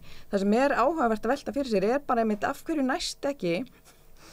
Hvað sagði þarna framkvæmdastjóri Sameinuðu þjóðanna, Guterres, var hann ekki að segja að verið 300 ár? Þú veist, það lengist alltaf bara í þessu. Þannig að ég skil ekki, sko, kallana megin sem að hafa skrifað lögin, teiknað upp þetta framkvæmdavald og dómsvaldið, hreinlega bara hannað öll þessi samfélög. Hvað er að frétta með að geta ekki mætt konum og öðrum hópum sem eru ekki fjárhagslega sjálfstæði karlar og að því meira skilgreiningin á þeim sem er að dóminera í þessum samfélögum eru fjárhagslega sjálfstæði karlar sem komast til metorða og komast til valda. Sem græða á veikri stöðu hvenna. Sem græða bara á veikri stöðu allra. Þess vegna vilja ekki laga það. Já, þess vegna vilja ekki laga. En ég meina, hvað er málið með, þú veist, ég myndi miklu frekar vilja vera að ræða svona þessi undirlög, þú veist. En er þetta ekki það sem grunnarinn var sem við vorum að tala um á hann? Þetta er stigveldi, sko. Þeir græða á stigveldi. Þú veist, þannig að ef einn hópur fer eitthvað svona að rífa sig upp úr þessu eða breyta eða gaggrina stigveldið sjálf. Þá er kapitalismin þeirra í hættu, og þeirra þannig að kannski núna þegar það er aðeins farið að brotna svona upp úr kapitalismanum á einhverju ráði, ef þetta er einhver svona síðkapitalismi, að þá mögulega fer að verða til einhver svona meiri stuðningur og þrýstingur á að brjóta niður þessi örfá prósent sem að hanga þarna efst og ráða öllu. Ég meina, eins og núna... Er það ekki það sem að gerist er að... Ég meina, sjá Halla, sjá hvað Halli gerði. Já, þeir takað upp einhver svona fasisma þessi 0,1% á tóknum til að verja stöðu sína. Já, alveg fram í... Það er til allar konunar úr textil vestmiðunum og þramma heim til þeirra og kveiki húsinu eða eitthvað ekki. Já. Róttækni eru þá eru róttækar aðgerðir. Hvernig er stendur feminismins í því? Er þrýstingur frá hann? Búið að segja hvað er frétta, hvað er eitthvað breytingar? Er þetta öflug hreyfing kvenna sem að þrýstir á breytingar? Nærist ekki feðraveldið á bugum konum? Er það ekki einhver lína? Jú, og svo gengur þetta náttúrulega alltaf líka í bylgjum, sko. Getum eiginlega sagt að, sko, þær sem hafa verið núna öflugastar, lífan og ofbeldis og fleiri, þær hafa verið núna með bylgju. Öfgar og öfgar, já. En auðvitað, þú veist, það bara óskup eðlilegt að þreytan komi í ljós og eitthvað dettur niður. Já, en svo það er svona talað það sem breytingu, þú veist, frá því að vera í þessu 8 flugi, eins og Sóley Tómasar og Hildur Lillendal og þessar sem tóku flugi bara alltaf og alltaf ennið, að nú þær farnar að, þú veist, formast á í að verða svona litlir hópar, eins og líf án ofbeldis og öfgar eru dæmum. Þannig að mögulega þetta einhver svona merki þá hlýtur að vera, einhverja breytingu í hvernig konur bregðast við. Það er enda kannski svolítið fallegt af því að þá erum við með svona í staðin fyrir að vera með sko, það er svona einstaklingshyggilegt svolítið þetta, þú veist, þú tekur hérna frontmanneskjuna í staðin fyrir að þú komir með sko bara svona massa, þú veist. Já, einmitt. Þannig að þú heggur einn hausin af og það er ennþá nokkrir hausar eftir. Það er lífrætna form. Já, svona getur aðlaga sér betur og vaxið á allt annað hátt. Já, og þessar svona byltingar sem hafa verið náttúrulega núna síðustu ár, eins og MeToo-byltingin og beauty tips og allt þetta er allt svona bara, það einhvern veginn gætu allar konur tekið þátt í þessu.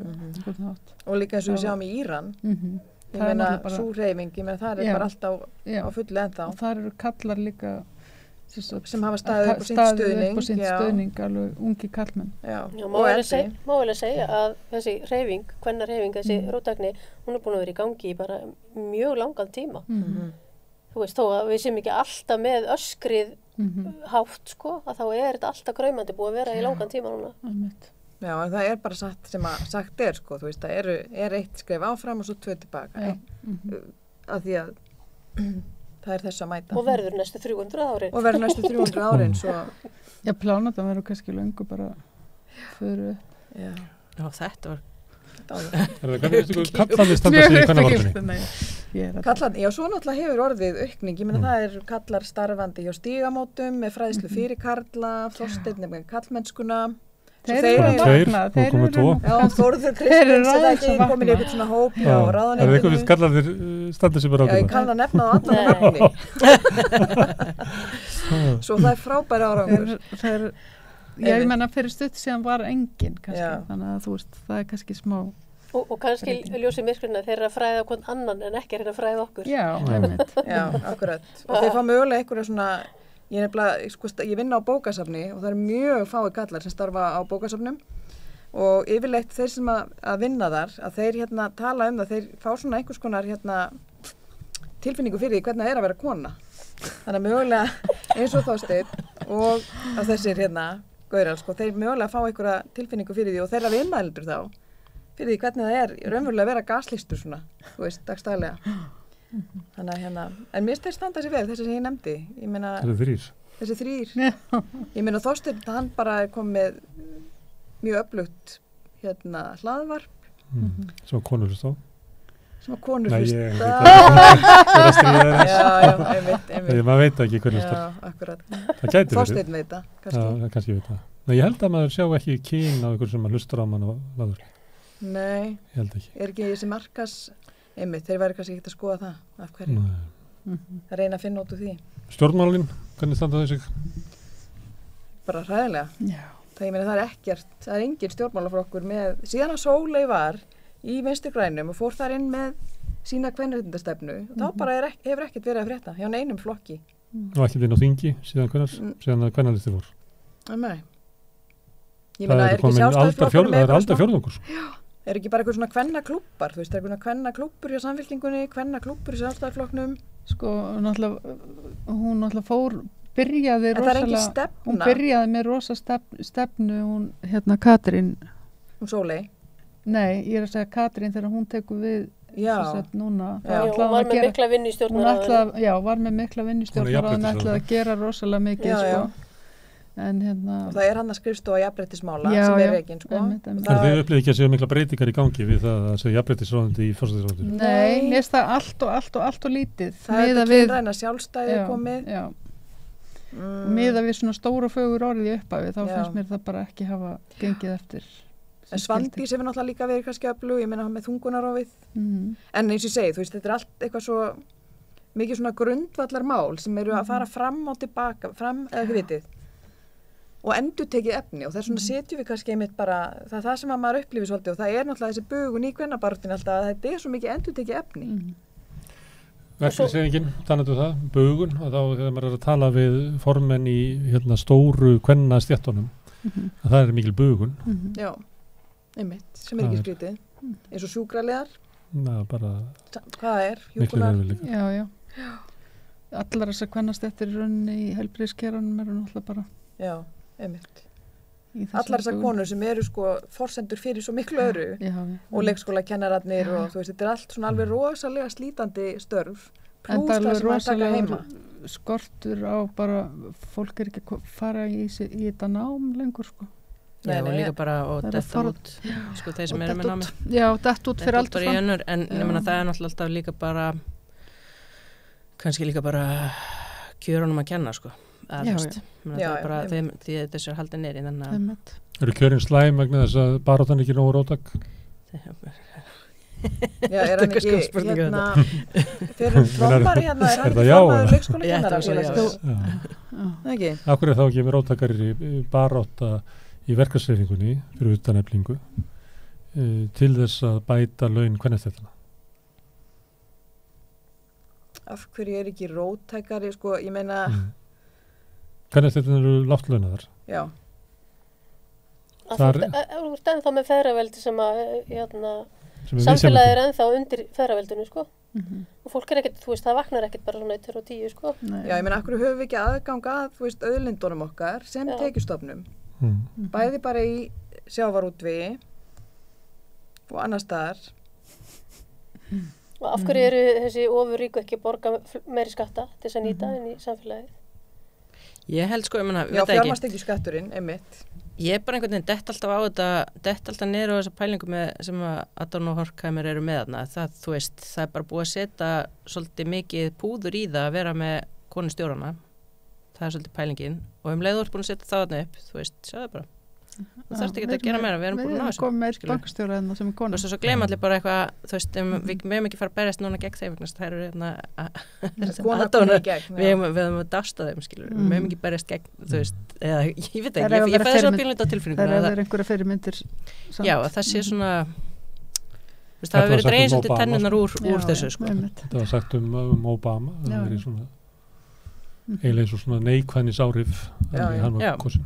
Hefur neikvæð áhrif á sko rótæknina af því að þá ertu komið með eitthvað svona fölsk hugmyndum sigur. Já, þetta er tókenismin. Já, það er svona dreifur tennunar úr þér, sko. Þú veist. Og þú þorir ekki alveg, að þið finnst það ekki alveg réttlátt vegna þess að þú lítur upp til þeirra, sko. Í rauninni ertu líka svolítið stoltið ána með það að þetta hafi tekist. En nú voru til samfélög, svona jafningja samfélög, eins og bara hafa fundist í svona fornleifa uppgreftri, get ekki borið það fram. Tjútlkan eitthvað staðar í Tyrklandi sem það sem var bara, það er alveg sama hversu mikið þeir grafa og þetta er ekki eina samfélagi þá sem er svona á þessu svæði lítur að vera, það bara finnst ekki hýrarki. Finnst ekki feðraveldið? Nei, finnst ekki feðraveldið. Þannig að það eru einhver fordæmi fyrir því og eflaust bara eigum eftir að finna þetta mannkyn miklu meira af þessu, þannig að þetta er ekki lögmál að vera með þetta svona. En það hlýtur þá að vera sko, vísbending einhvers konar hryllilega spillingu eins og við bara erum með staðfest, bara skjalfest, þú veist, Panamaskjölin, Tortól, allt þetta hversu víðtæk spillingin er sem að vinnur gegn því að bara hér sé þetta ná ykkur jöfni, þú veist, þannig að það er náttúrulega ástæða þess að við erum alltaf bara að endurtaka okkur, sko, og en gefumst ekki upp, það er nú kannski svona björtu nóturnar í þessu, ég meina fólk gefst ekki upp fyrir þessu samt sem áður. Og þegar kúgunin herðist að þá verður baráttan oft öflugri á móti. Þó að sé náttúrulega dæmi að kúgunin getur verið svo hryllilega baráttan brotnar. En það á ekki við sólsöka feminista. Þeir eru í baráttu. Nei, það á ekki við okkur, er það? Nei. Við erum alltaf vonast til þess líka að þetta sé svona amaba í stæðan fyrir búnd, þú veist. Já, einmitt. Við hvetjum líka bara fleiri til þess að koma út úr skápnum sem sko sósíalískir feministar. Já, verið velkomin. Já. Tökum myndið það. Takk hérlega Sara, Margrét, María og Andrea. María ætlar að sitja hérna áfram, hún ætlar að tala við 2 úr öfgum eftir augnablik.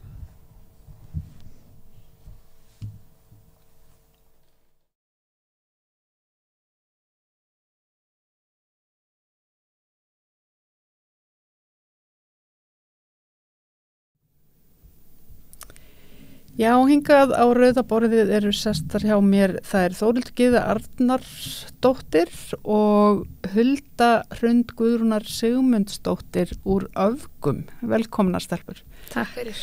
Heyrðu, mig langaði aðeins að spjalla við ykkur bæði svona í tilefni dagsins að það er alþjóðlegur baráttudagur kvenna í dag, 8. mars og þið öfgar eru nú kannski svona yngsta aflið í kvennabaráttunni á Íslandi eða svona kannski ekki alveg yngsta, við vorum nú að sjá kannski ennþá yngri skóla menntaskóla skælinga í vetur vera að berjast sérstaklega í MH.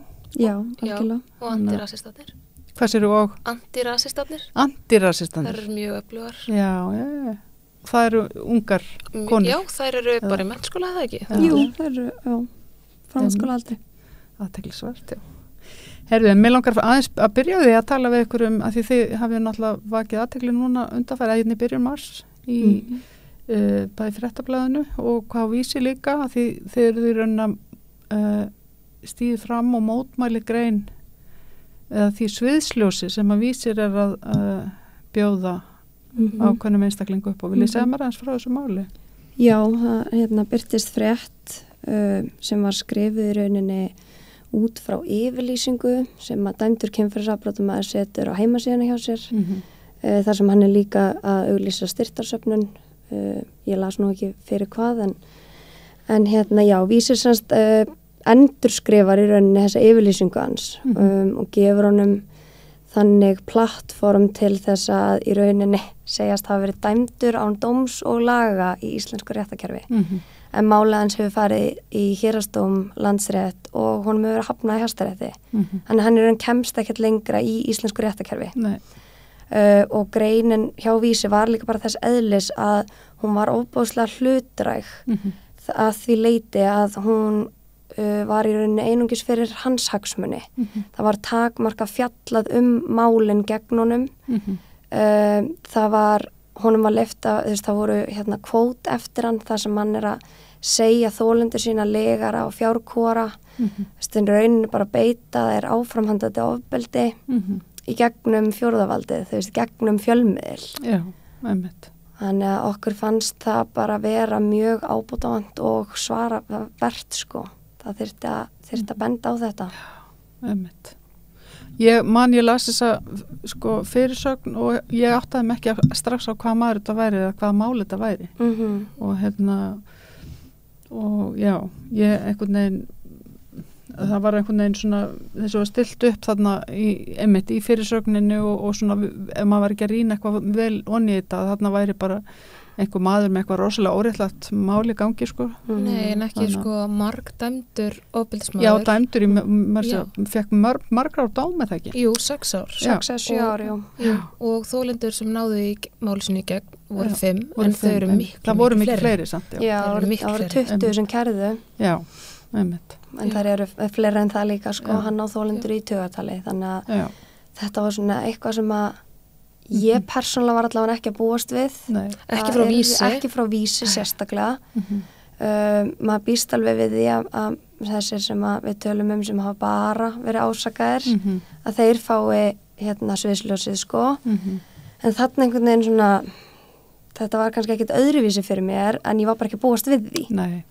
Og sérstaklega í ljósi þess greinin var í rauninni illa ígrunduð að hann fær að kasta fram þannig alls konar sleggjudóm og hann segir hann sé dæmdur án dóms og laga en samt hefur maðurinn verið dæmdur með öllum mögulegum lögum í landinu og innan allra dómstóla í landinu og þarna hefði kannski blaðamaður átt að grípa boltan og segja já, Jóhannes segir þetta en staðan er þessi og gefið frá sér betri grein en það er bara raunin að sem maður ætlast til þess þegar maður les fréttir á Vísi en ég er alls ekki að segja að blaðamaður einn og sér beri ábyrgð á greininni það er náttúrulega ritstjórn og fleira sem sendið út frá sér en þarna eitthvað varhugavert sem þarf að skoða, ákveðni verkfallar sem þarf greinilega að fara að breyta. Hvernig, sko, þeir breyttu þarna síðan titlinum eða ekki eftir að þið stíðu fram? Jú, þeir breyta fyrirsögninni og bæta aðeins við umfjöllun. Já. Það sem svona farið málans í fyrir dómi voru ítarlega rekin en það bara ekkert nóg. Þetta var sett þarna út. Kom einhver afsökunarbeðinni? Þegar mann þig kröðust þess að bara vísir myndi byggðast? Það hefur engin afsökunarbeðinni komið. Við höfðum líka samband við á beint og við höfum ekki fengið nein svör. En hins vegar sjáum við þolendur hann stíga fram á samfélagsmiðlum og lýsa hversu óbúslega sárt þetta hefur verið fyrir þær. Að þarna sé verið að kasta gerandanum þeirra fram og orð hans látin standa án þess að það sé verið eitthvað að diskutera sannleik skildið þeirra og svo bara í dag bara ég að opna Facebook og þá sé ég hann komið í opið fangelsisúrræði. Þetta réttaríkið okkar. Hann bara að fara að chilla á Kvíabryggju og spila á golf og hafa rosalega næs að meðan þolendur hans að vinna úr sárum sínum. Það allt rosalega eðlilegt við þetta eða hitt og heldur. Já, ég sá það líka.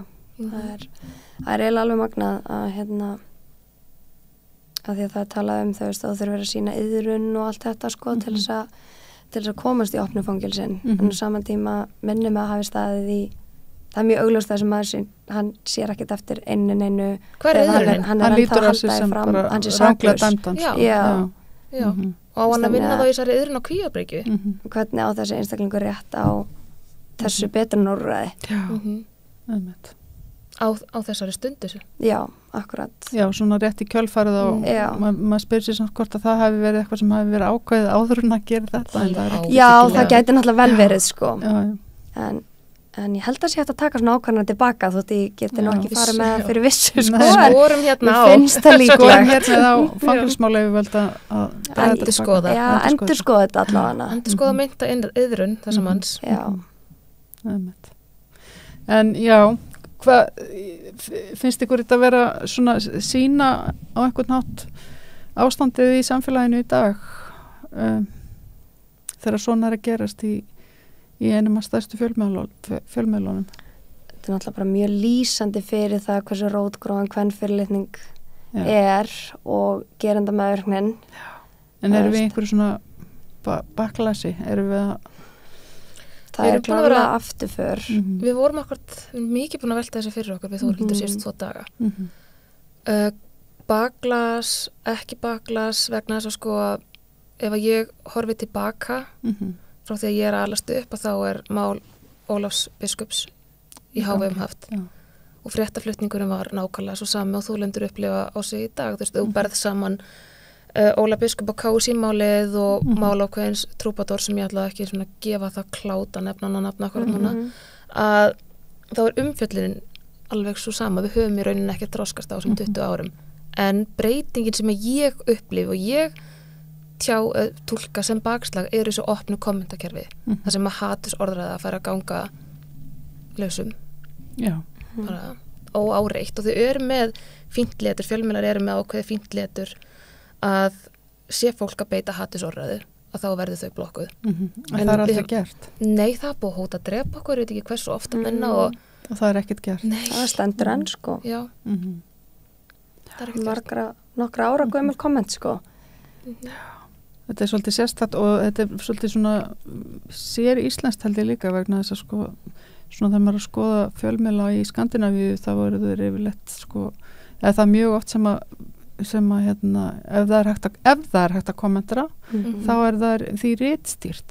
Þannig að hérna má ekki minnast á ritstýringu þá er maður með að skerða tjáningafrelsi. Akkurat. Já, akkurat því fólk skilur ekki munin á tjáningafrelsi og hatursorðræðu sem bundin við lög.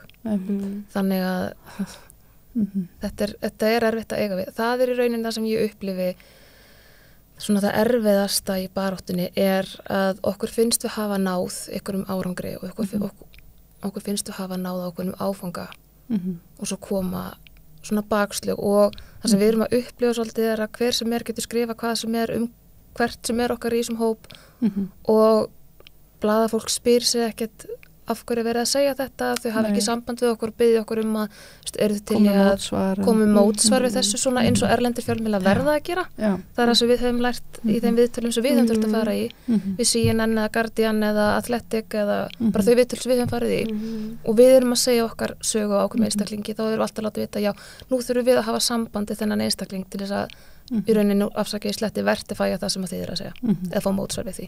Já, og gefa þeim tækifæri á að svara. Hér er það svo sannarlega ekki. Og það er það sem að við upplifum ítrekað upp á sikastuði. Segðu mér aðeins hvað er hópurinn Öfgar búin að starfa lengi? Hvernig kom þetta til? Heyrðu, það var umræða inn á feminískum hóp á Facebook að það vantaði í rauninni einhvers konar mótsvar við því að Instagram-reikningurinn Fáiðar hafði hætt og það var búið að vera mikil hatursorðræða á samfélagsmiðlum og þau inn á þessum hóp voru vonast til þess að einhver myndi grípa boltan og við vorum nokkur þarna inni sem að vorum til í það verkefni áttum okkur enga veginn hvað að koma okkur út í og við ákvaðum að velja TikTok af því að þar sáum við helstu hatursorðræðuna að verða og okkur fannst líka aldurspilið vera svona það sem við þurftum að grípa. Það var 13 ára krakkar alveg upp í 25, það var svona cirka aldurshópurinn sem við ætlum að tækla. Síðan breyttist það mjög hratt hvernig starfseminn hefur þróast hjá okkur og í dag erum við löggild félagasamtök sem erum að skrifa umsagnir fyrir Alþingi, við erum að stuðla þingsályktunartillögum, lagabreitingum, við erum að taka okkur stór verkefni hér og þar og stuðja þolendur og í rauninni bara sigra heiminn. Hvað eru þið margar? Við erum 5. Þið eru 5 og þið hafið alltaf haldið bara þessum 5 manna hóp? Nei, fólk kemur og... það hefur alveg verið svona breytileiki. Já, þannig að það var komið konur inn í hópin og út. Já. Hvaða ár er þetta sem að... Já, við erum stofnað, Öfgar er stofnað í júní, 14. júní 2021. Já. En við urðum löggild aðeins seinna. Já, við erum félagasamtök aðeins seinna. Já. En þeir eru í rauninni mjög ung félagasamtök ennþá. Já. Og við erum... Og mikið gerst á þessum stuttatíma. Rosa mikið gerst og við erum ofboðslega heppnar og mér langar svolítið bara að neyta tækifæri og þakka kvenréttindafélaginu fyrir að taka svona vel utan okkur. Við erum svolítið svona búin að vera bara litla barnið þeirra síðustu mánuði og við erum bara í skrifstofu með við hliðin á þeim. Já, frábært. Og ef við stundum þurfum aðstoða þá er hún Rut okkar alltaf tilbúin að þetta er allt svo nýtt fyrir okkur og já, og þegar þú ert kona þá þarf það að gera allt 100%, það er ekki rými fyrir okkur fyrir að gera mistök. Við þurfum að gera allt 110%. Já. Það er svona allir að fylgjast með einhvern veginn, öllum stundum. Já. Þannig við erum mjög heppin að vera þarna niðri á Hallveigarstöðum. Já. Segðu mér aðeins, núna þessi alþjóðlegi kvenréttindadagur í dag, ef bara, þið eru náttúrulega svo ungar, munið þið, þú veist, hvað munið þið langt aftur eða hvað hafið þið skoðað kvenréttindabaráttunum vel aftur í tíman?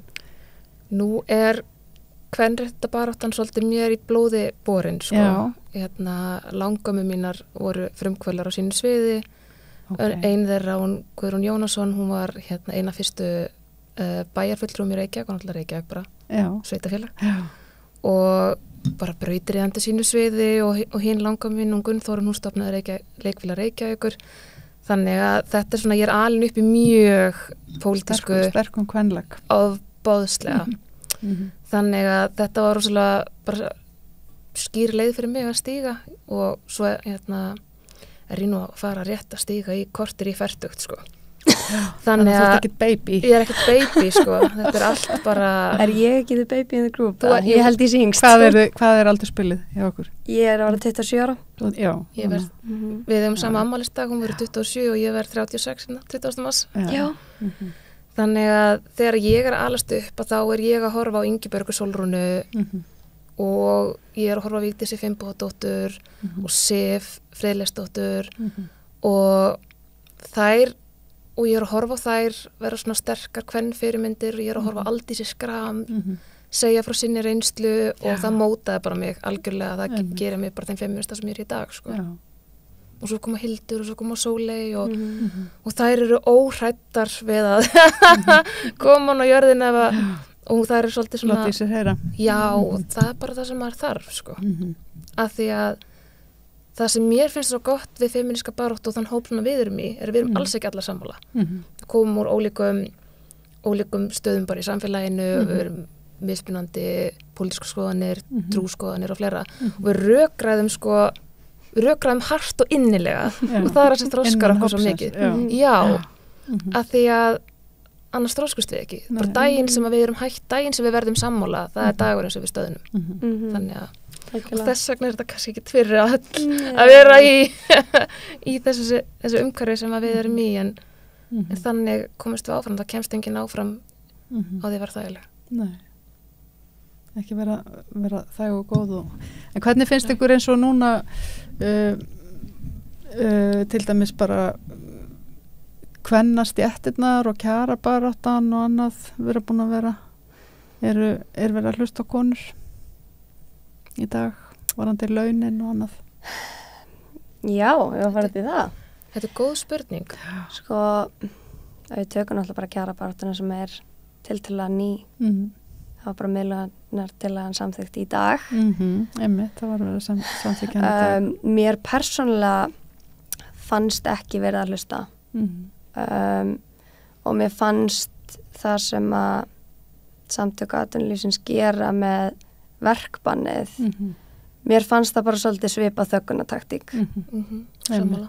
Þú veist, að þú ætlar að fara að refsa 20.000 launalægsta fólkinu fyrir það eitt að berjast fyrir því að fá réttlætanleg laun. Miklu meiri hluta til konur. Já, og þær eru í miklu meiri hluta konur. Þannig mér fannst, já, ég átti allavega mjög erfitt með þegar þetta var í umræðu og þetta með verkbannið og þannig erum við náttúrulega með kallmann í valdamikli stöðu. Þú veist, sem að beita sig fyrir þessu. Það er kannski svolítið svona einkennandi fyrir hvar við erum í dag. Svolítið birtingamynd feðraveldisins. Rosaleg. Vel yfirlaunaðan kallmann og meira en það. Segjandi láglauna fólki hvað það er að gera. Og það er ofrekt þegar að best fyrir mannsamandi réttindum. Já, einmitt. Ekkert nýtt þar. Ekkert nýtt þar, nei. Ég velti einmitt fyrir mér þegar bara fyrri ríkisaksóknarinn í rauninni leggur fram fyrri miðlun til hana. Hversu marga kalla hann hafi ráðfært sig við áður en hann sko því hann ráðfæri sig ekkert eða hann talaði í rauninni, vildi ekkert hlusta á Sólveig Önnu sko. Nei. Þannig en svo voru lýsingarnar að því að hann hefði það var nú talað við þann og talað við henn og maður bara svona Já, það var allt sem hann kallar Kallar er náttúrulega kallin vestir Þórhildur Já, við náttúrulega búum í feðraveldi samfélagi og farin á það segi ég gríni en já, þetta er skýr birtingamynd Já, einmitt Já, var viðtal við hana Steinunni fráfarandi talskonu Stígamóta daginn í einhverjum meðlunum. Þar var hún að fara yfir svolítið svona MeToo og þessa svona síðustu áratugi og hún var að tala að henni finnst svona, já, vera ákveði baklas í gangi. Það er einhver afturför eftir að hún talaði svona eftir að farið var nafngræna kallmenn. Já, þá náttúrulega kom ákveðin mótspyrna. Þetta var búið að vera svona valdeblandi fyrir konur að segja frá sinni reynslu og þær voru svona held ég mestmegnis að fá að gera það bara í friði, bara hvort það sem að var þeirra samfélagsmiðlum eða að fara í fjölmiðlaviðtöl en jú, síðan náttúrulega er einhver nafngreindur og þá er verið að vega að hans lífsviðuræfi eða hvað sem að kallast og þá svona einhvern veginn kemur svona öðruvísi mótspyrna kannski en við vorum að sjá áður það sem að þeir svara fyrir sig og þá fyrst held ég við fengið að sjá meðvirkning í samfélaginu þess að gífulega hannúð já, af því það hoppa alltaf flestir á vagn geranda það er svona það sem að ég upplifa allavega það er rosalegt að sjá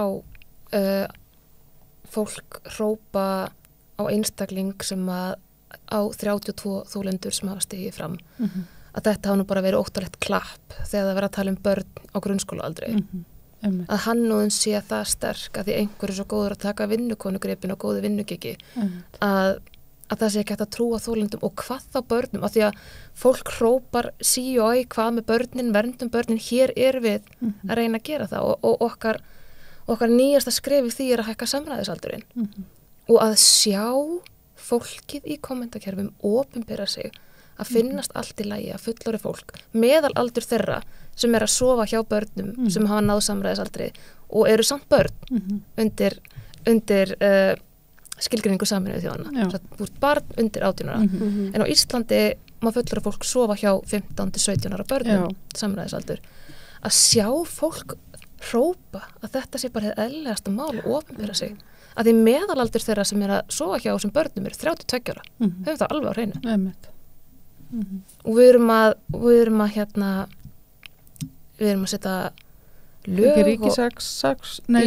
vararíkisaksóknari sem að varaði við þessu að fara að hrópla eitthvað við þessum aldursmörkum. Já, bara hvernig getum við sem samfélag fundist það eðlilegt að það megi að börn eigi að hafa nógu mikinn þroska 15 ára gömul til þess að geta gefið upplýst samþykki að líkamann sínum og heilsun sinni og sálinn sinni og bara öllu framtíðin sinni áður þau megi að drekka kollab orkudrykk.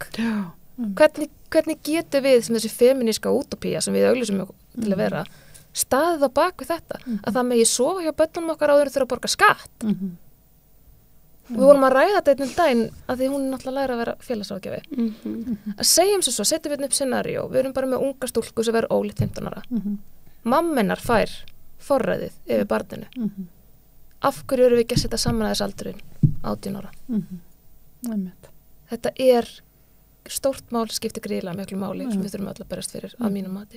Já, algjörlega. Eru fleiri svona mál sem að við höfum eftir að afgreiða finnst ykkur? Annað en bara launamunur kynjana og svona þetta klassíska. Þetta er til dæmis svona umræða sem að maður hefur ekki heyrt mikið.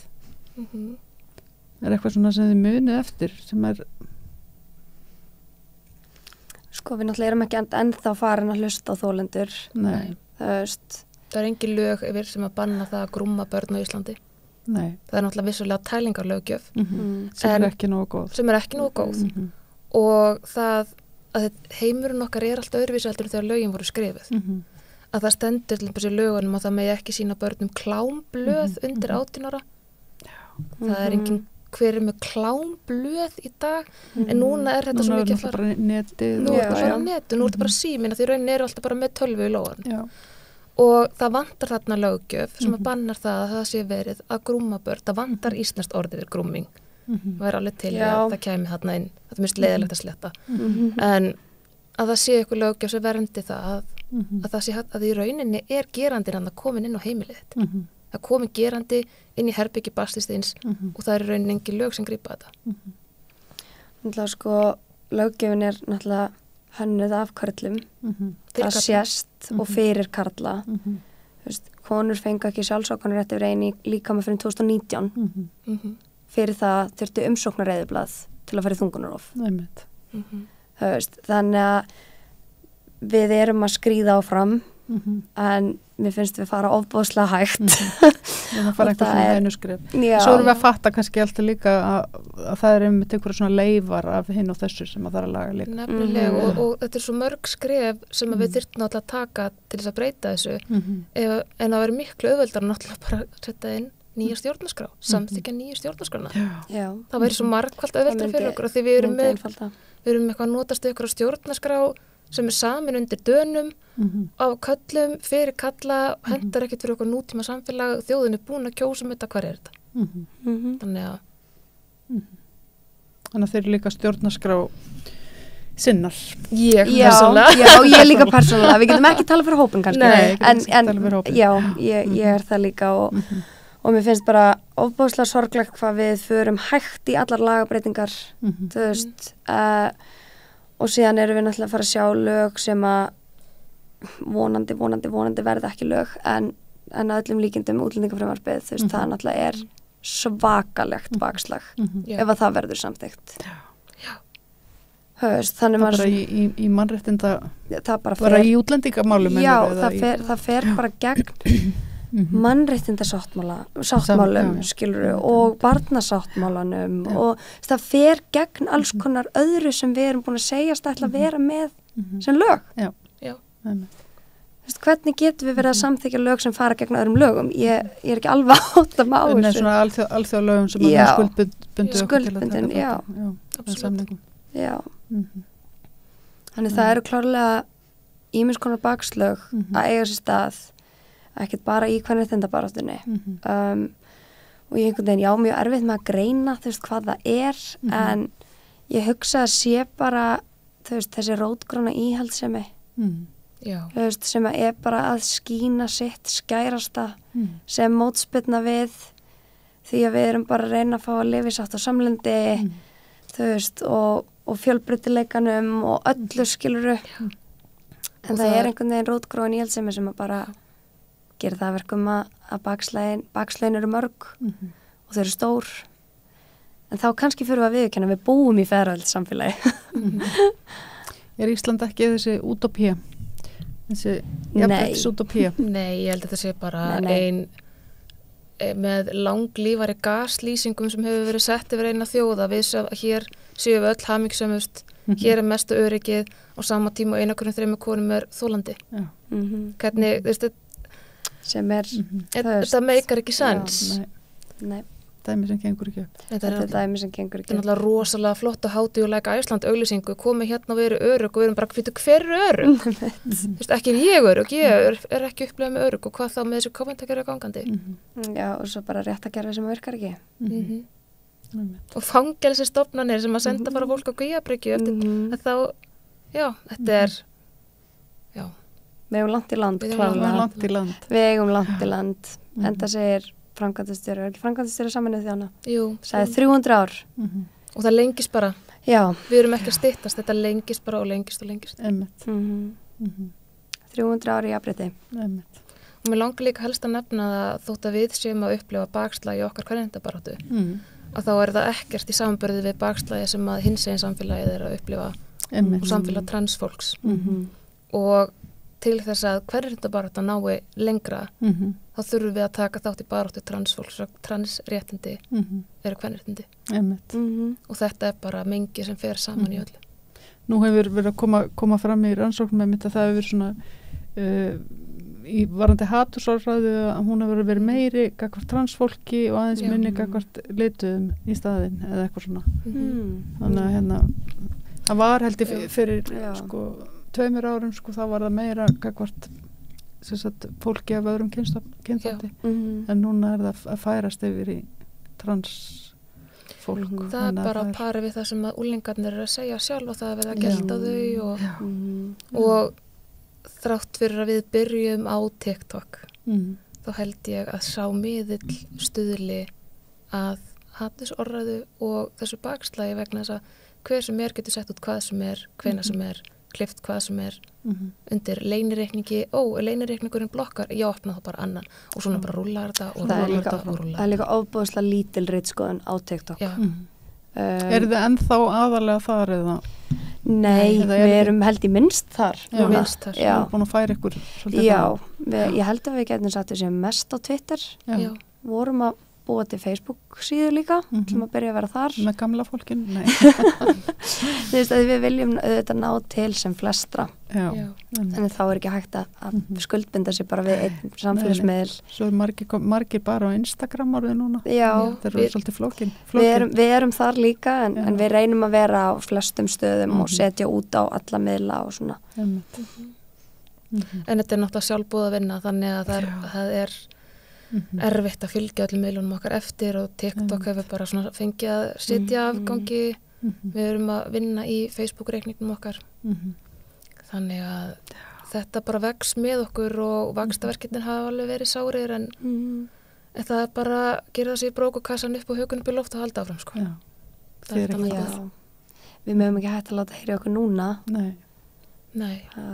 við erum að halda áfram. Því stundum eru við alveg bara ótrúlega þreyttar og alveg bögaðar og okkur langar að hætta, en þá erum við bara nei, þá slakkar í, þá erum við að gera mikið af fólki greiða. Ég er ekkert til í það. Nei. Þannig að það er bara stappið sér stálun að halda áfram. En haldið þið að þessi er ekkert að breytast svona með svona yngri kynslóðurnar? Finnið þið einhvern svona mun á kynslóðunum? Til dæmis bara svona strákar, unglingsstrákar sem eru að skríða úr grunnskóla? Nú bara þekki ég það ekki almennilega að því nú á ég unglinga á þessum aldri. Já. Og ég er alveg 2 kynslóðir. Mín eldri er svokallað Gen Z og mín yngri er svokallað Gen Alpha. Já. Og hvað táknar þetta? Sko, já, ég er að læra þetta úrlengnum minni, sko, sem kendi mér á TikTok sem að var síðan ykkar meðil, já, takk Anna-Lísa. En sem sagt, það er svona það sem ég upplifi með Gen Z krakkana sem að þú tilheyrir, sko mín. Nei. Þú ert ekki? Nei, Þú slæta inn í millennial, já. Ok. Þetta er kynnslóð. Já, þetta eru kynnslóðar, sko, sem að, já, eru fættar eftir einhvern, já. Já, þú veist, foreldrar mín eru boomerar, amma mín, silent generation, svona.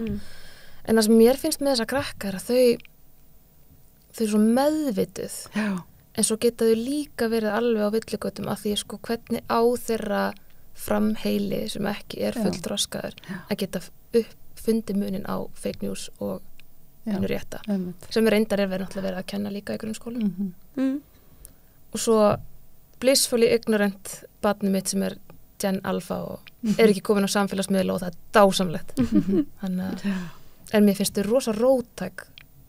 Já, bara svona það sem maður hefur séð af ungu krakkunum og unga fólkinu okkar finnst mér allavega að vera mjög jákvætt.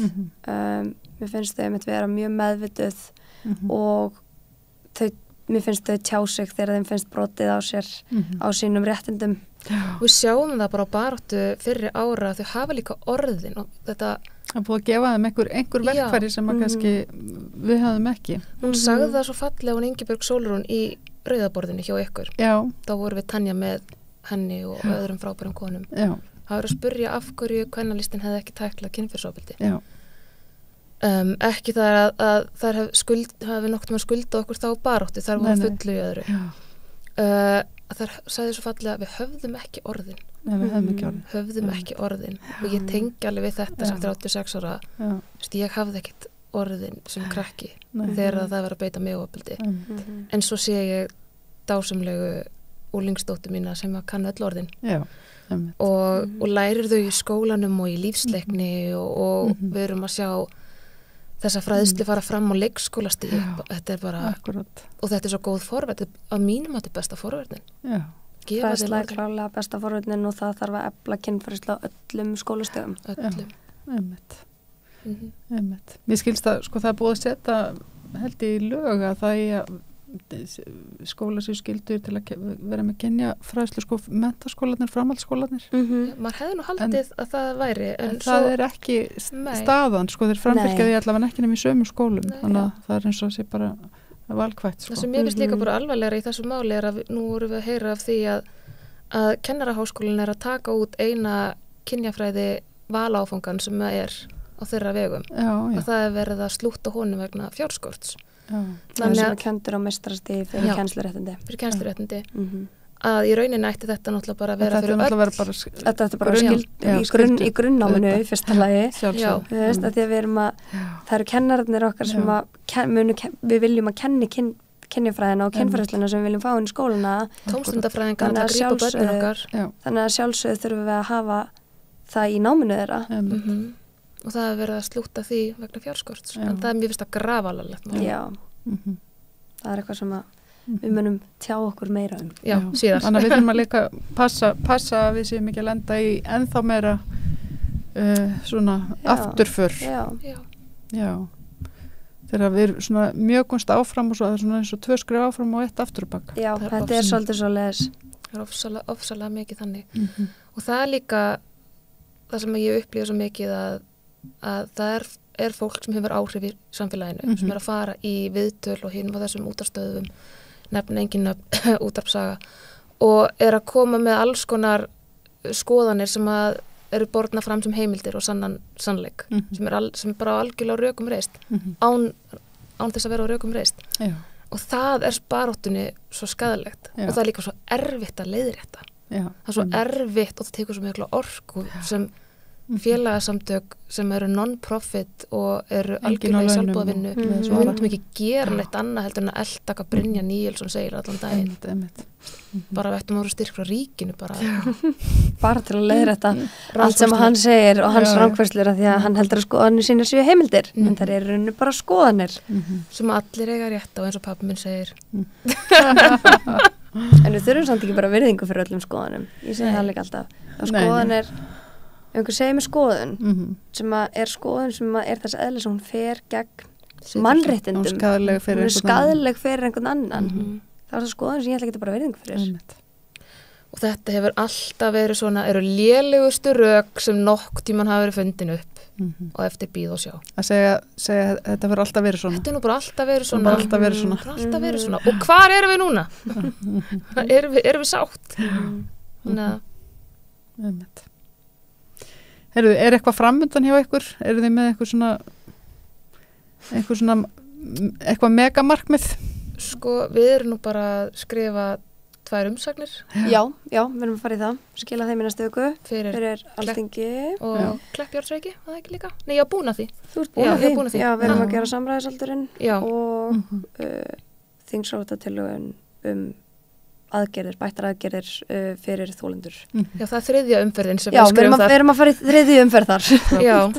Þannig já, það er svona kannski það stærsta sem er á dagskrá. Já, náttúrulega svo erum við alveg með fleiri járn í eldinum sem við bara kannski getum ekki alveg rætt núna. Já, það hljómar ógeðslega mikið eitthvað svona eins og vinsalar. Kemur í ljós síðar. En ég bara þor ekki að taka það ákvörðun að segja hvað það er. Það bara kemur í ljós. En það er margt spennandi á döfunni klálega. Margt spennandi á döfunni. Já. Og alltaf ná að gera þessa baráttu. Já, hún stoppar ekkert. En hún verður vonandi auðveldari fyrir fólki sem taka við okkur því við ætlum ekki að vera eilfu. Nei takk. Ég er búin að segja fyrir sjálf að mér ég ætla að gefa þessu 5 ár. Já. Svo endum við í stöðuna en þetta tekur á hverja einustu frumu í líkamanniðinum og maður eldist hratt í þessari baráttu. Talaði fyrir sjálf að mér finnst ég lítið frábærlega út. Oh my god, það er til í rakakonspons á stundinni. Já. Þetta náttúrulega er bara misjant fyrir okkur öll hvernig við tæklum þetta og það er náttúrulega klálega álag fyrir þessari baráttu en hún er samt líka gefandi finnst mér og maður verður að kennast fullt af fólki fullt af frábæru fólki þú veist sem maður lítur upp til mörg allan sem ég lítur upp til því er svo ung mannstu Jú, út ekki Gen Z, teka tilbaka Herðu, Þórhildur og Hulda ég bara ósk ykkur rosalega og ykkur öllum 5 í ykkar hóp bara velfarnar og bara gangi ykkur vel að skrifa allar þessar þingsályktunartillögur og alveg frítt bara Takk fyrir kærlega og bara takk fyrir að koma og rappa eins við mig þessi mál bara takk fyrir að fá okkur Takk Að láta 8. mars líta efni þessara þáttar og hingað eru komnir góði gestir Hildur Hákonardóttir myndlistarkona hvað er þetta myndlistarmann eða myndlistarkona? Mér er alveg sama ég virði það jafnt Já og Sigrún Inga Hrólfsdóttir sem er líka myndlistarkona og myndlistarmaður og núna líka sýningarstjóri Já. Herðu ástæðan fyrir því að þið ég fekk ykkur hingað er sýningin sem er á verkum Hildar og sem að þú setur upp Sigrún á Kjarvalsstöðum og hefur svolítið slegið í gegn eða kannski ég bara lokar inn í ykkur búblu alltaf helgar þá veit ég fólk og það er alltaf leiðin á Kjarvalsstöðum eða að koma á Kjarvalsstöðum Ég varði ákala montina því að það var umferðar öngþviti á opnun og það er náttúrulega maður á ekki vera hrifin af því að brjóta lögin og skapa vandræði en ég er svolítið montin Já, nei, þessi sýning hefur algjörlega slegið í gegn. Já, það er bara þannig. Já, var bara mjög tímabær. Já, má ég spyrja þig Sigrún, af hverju heldur það sé, hún sló í gegn? Já, ég held að þetta sé sigur fyrir marga, sko. Þetta sýningin, þetta sýning á verkum Hildar og það þekkja þetta mjög margir Hildi og hennar verk og svo leis, en það er náttúrulega að sjá svona stórt samingi hlutina, það er bara, það er málið, sko. Maður kemst ekki í það, sko. Nei, það hefur aldrei sést áður, sko. Og hún er búin að vinna á mörgum sviðum og þekki marga í mörgum ólíkum hópum og það er svo gott fyrir fólk að fá að sjá svona heildarmyndina og hvernig þetta talar allt saman, sko. Þó svo að eitthvað sé gert innan samhengi náttúruverndar eða myndlistar eða á rithöfundarsviðinu eða það sem hún var að gera líka bara í rauðsokkum og Zoom og öllu það er svo gott að sjá þetta í heild, sko. Men hvernig finnst þér það, Hildur, að labba inn í ævistarfið þitt? Ég er eiginlega ennþá sko að læra eigin ævi og þetta verður til þess að maður rifjar ýmislegt upp sem að maður hafði svona sett hann í skuffu og svo ég fer líka að byggja upp svona mitt eigið samhengi en venjan er náttúrulega að þú býður hann til listamanninni dauður þess að fjalla svona að það er svo miklu þægilegra þá og það er ekki alltaf að þú færð svona lífa þetta sjálfur þegar maður renni fullu fjöri. Þess vegna er ég að spyrja hvernig þetta er, að þið er ekki að spyrja vofurnar sem að koma á sýningu. Jú, nei, þetta er óskaplega gaman og mikil heiður fyrir mig.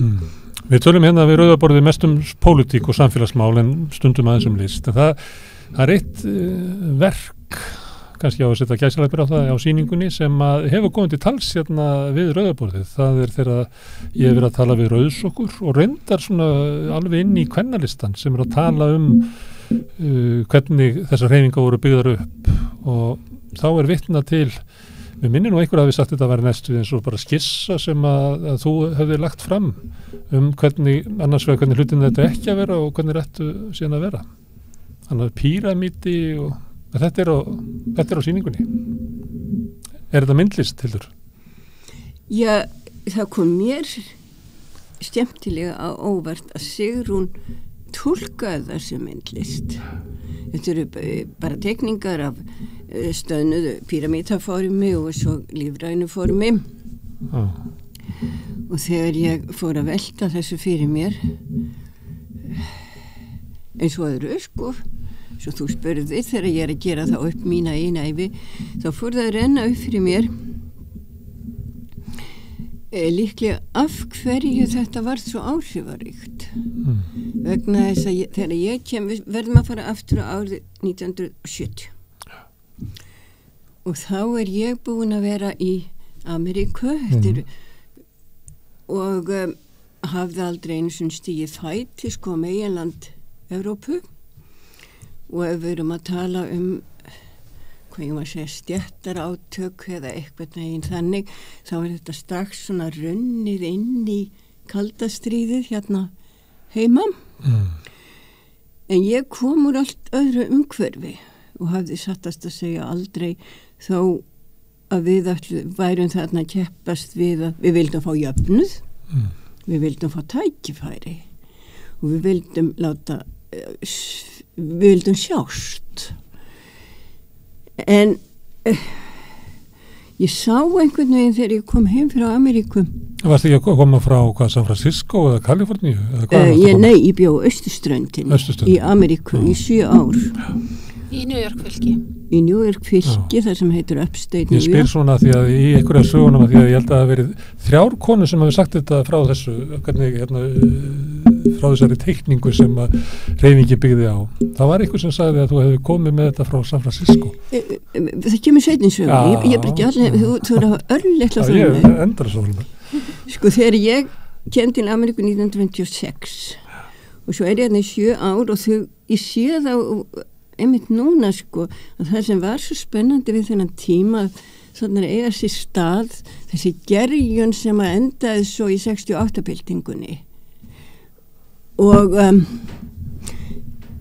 þó að þetta var smábær þar sem að í raun og veri ekkert var að skeið þá var ekki eins og kaffihúsið bæ þó en héti þessu merkilegu stóra nafni Trója. En áhrifin sem við komum sérna að þau komu frá Kaliforníu.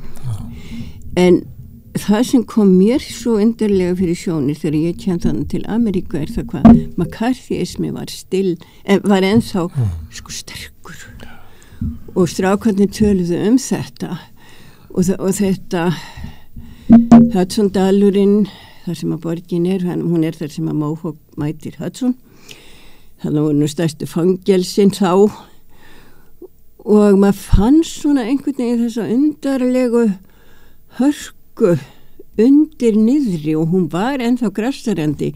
Ég man ekki hvort það var Úlfur Hjörvar eða Kjartan sem tók upp á því að fara að senda okkur Þjóðviljan.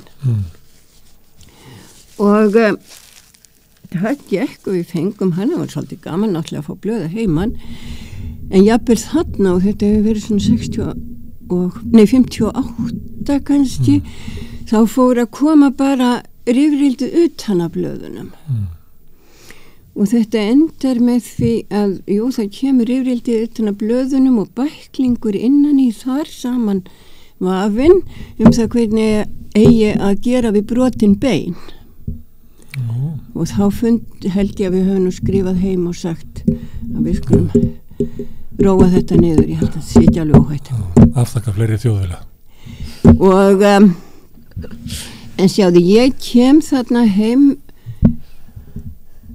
ég var úrskaplega einangru þarna þó að samfélagi væri svona víbrerandi allt saman en það gerir það verkum líka að þú tekur kannski meira eftir þú ert ekki þáttakandi þú ert svona bara að horfa á þetta og maður ungur og hugurinn svo óskaplega opinn fyrir öllum áhrifum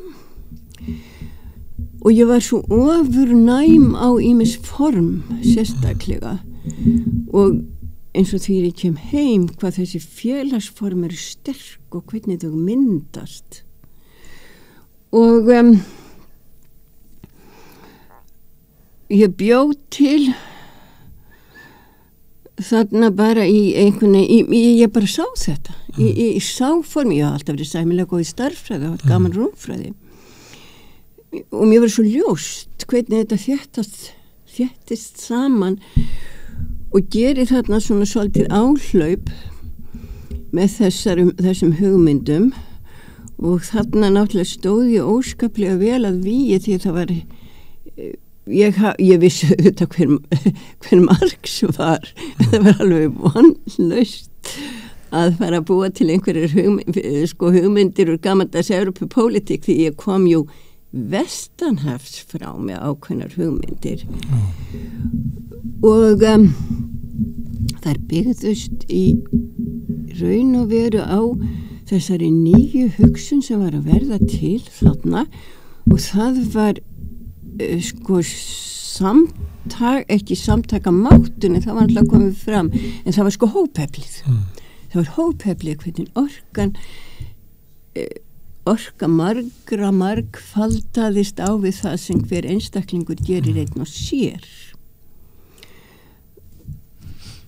og af því einmitt að ég kem að þessu svo gjörsamlega ótengt öllu sem að hér var í gangi þá virkaði þetta það virkaði og var það óskaplega sterk og afli dálítinn tíma svona meðan það var verið að ýta þessu vör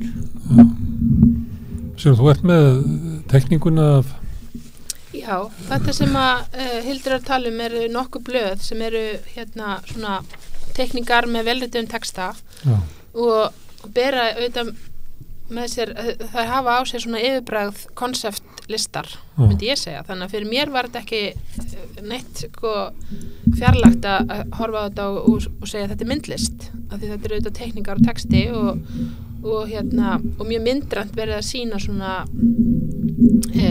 munin á annars vegar hópur getur unnið já, og annars vegar hvernig píramídin já, og hvernig og svo sem sagt hvernig það sem að varð sem sagt þeirra síðan félagsform að það voru svona þessar sellur sem að skiptu með sér verkefnum og svo dróðu þær sem sagt þekkingu inn í sig sem hópa sem þær síðan miðluðu á einhverjum svona kjarna og svo fór þekkingin aftur út í hérna samfélagið og þá það sem sagt svipað og svona og kannski gróður hvaða aðferðir Hildur, hvað getur þetta verið ef þetta verið blóm? Þetta er bara bakteríugróður eða gróðu, eitthvað lífrænt, eitthvað sem sko píramídin hann er tjur, hann er sterkur, hann er statív, en þetta er lífrænt form að þú hefur ekki stjórn á því. Nei, þú hefur nefnilega ekki stjórn á því. Nei, það vex. Það vex í þá. Það getur búið til nýja hluti á meðan píramídin gera það ekki. Nei.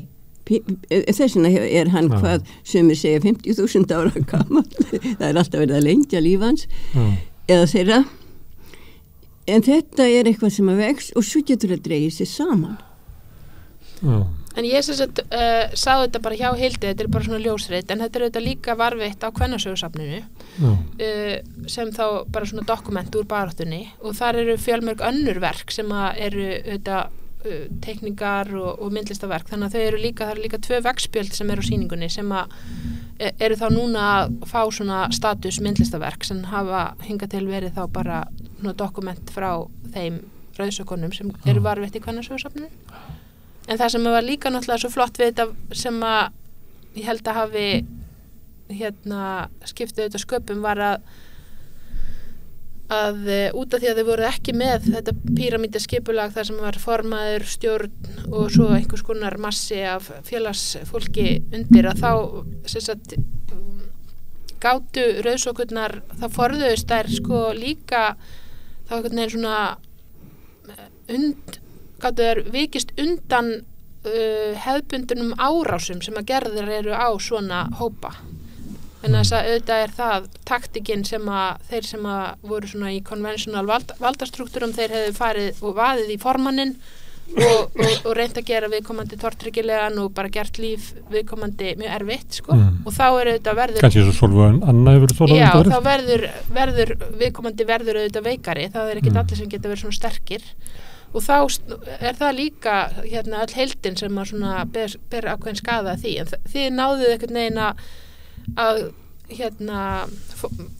bara skauta fram hjá því að vera með formann og þá gæti þið líka verið rauðsokkur á kvöldin en ekki á daginn þannig að þetta var svona gerillastæl sem við svo geggja ég reyndi að predika það ég vissi hvað einhvern veginn hvað þetta var hræðilega erfitt vegna þess að þú var sko samfélagið var á öllum stegum búið að ákveða konur eru hér og kallar eru hér sem er út af fyrir sig alltilega skipta með þessi verkum en það verður að vera svolítið sanngirni og við náttúrulega vildum gera verk okkar ósýnileg því að við áttum bara framkvæma alls önnunarstörf og hjálparstörf og allt slíkt og það var ekki sko viður en það er annar mál en þetta var svo óskaplegt álag að mér fannst alveg sanngjarnt já, við komum fram og þegar við ákváðum að koma fram og vera rauðsokkur og koma fram í hóp þá gerðum við það og þá hafður kraft til þess en svo gastu dreigið tilbaka og fengið að vera annarkvæmt þínu gamla hlutverki eða mjög kvenlegu bara gera það þar sem að þér hentaði og jafnvel það sem var ætlast til að þér til þess að Þannig að í þessu formi þá var ekki svona hlutverkarskiptin svona ákveðin að þú varst ekki bara í einhverju hlutverki frá mátningu til kvölds. En það er líka mjög fallegu textin sem að stendur innan sem að sko það sem að einhvern veginn mér finnst svo flott að lesa þetta út af því að það er alveg sko meðvitund það hvernig svona skipulag getur auðvitað haft í för með sér ákveðna flækjustig og svona þú veist og það er Hvað skrifaði ég? það er það sem er líka sko er málið er að sko til þess að fleiri komi stað þú veist, þannig að það sé ekki eitthvað eitt ego sem er of stórt, skilurðu, að þá er þetta líka gott að því að það var ekki einhver eitt sem að stjórna því. Þegar konur voru að lýsa þessu sem að tóku þátt í þessu voru að segja sko, svo kom Hildur með þessa tekningu og þá velti ég fyrir mig þegar það voru að segja hvort það hafi kannski vita hvað þetta var sem var á tekníkunni. Þetta væri raunverulega bara möguleiki á að gera eitthvað annað sem var eiginlega krafturinn í þessu. Að þér tókst að samfara þær að það væri bara hægt að gera eitthvað allt annað. Sko, það var fullt verk. Ég gerði ekkert annað í hreyfingunni. Heldur þetta? Heldur að reyna að standa á baku þessu hugmynd.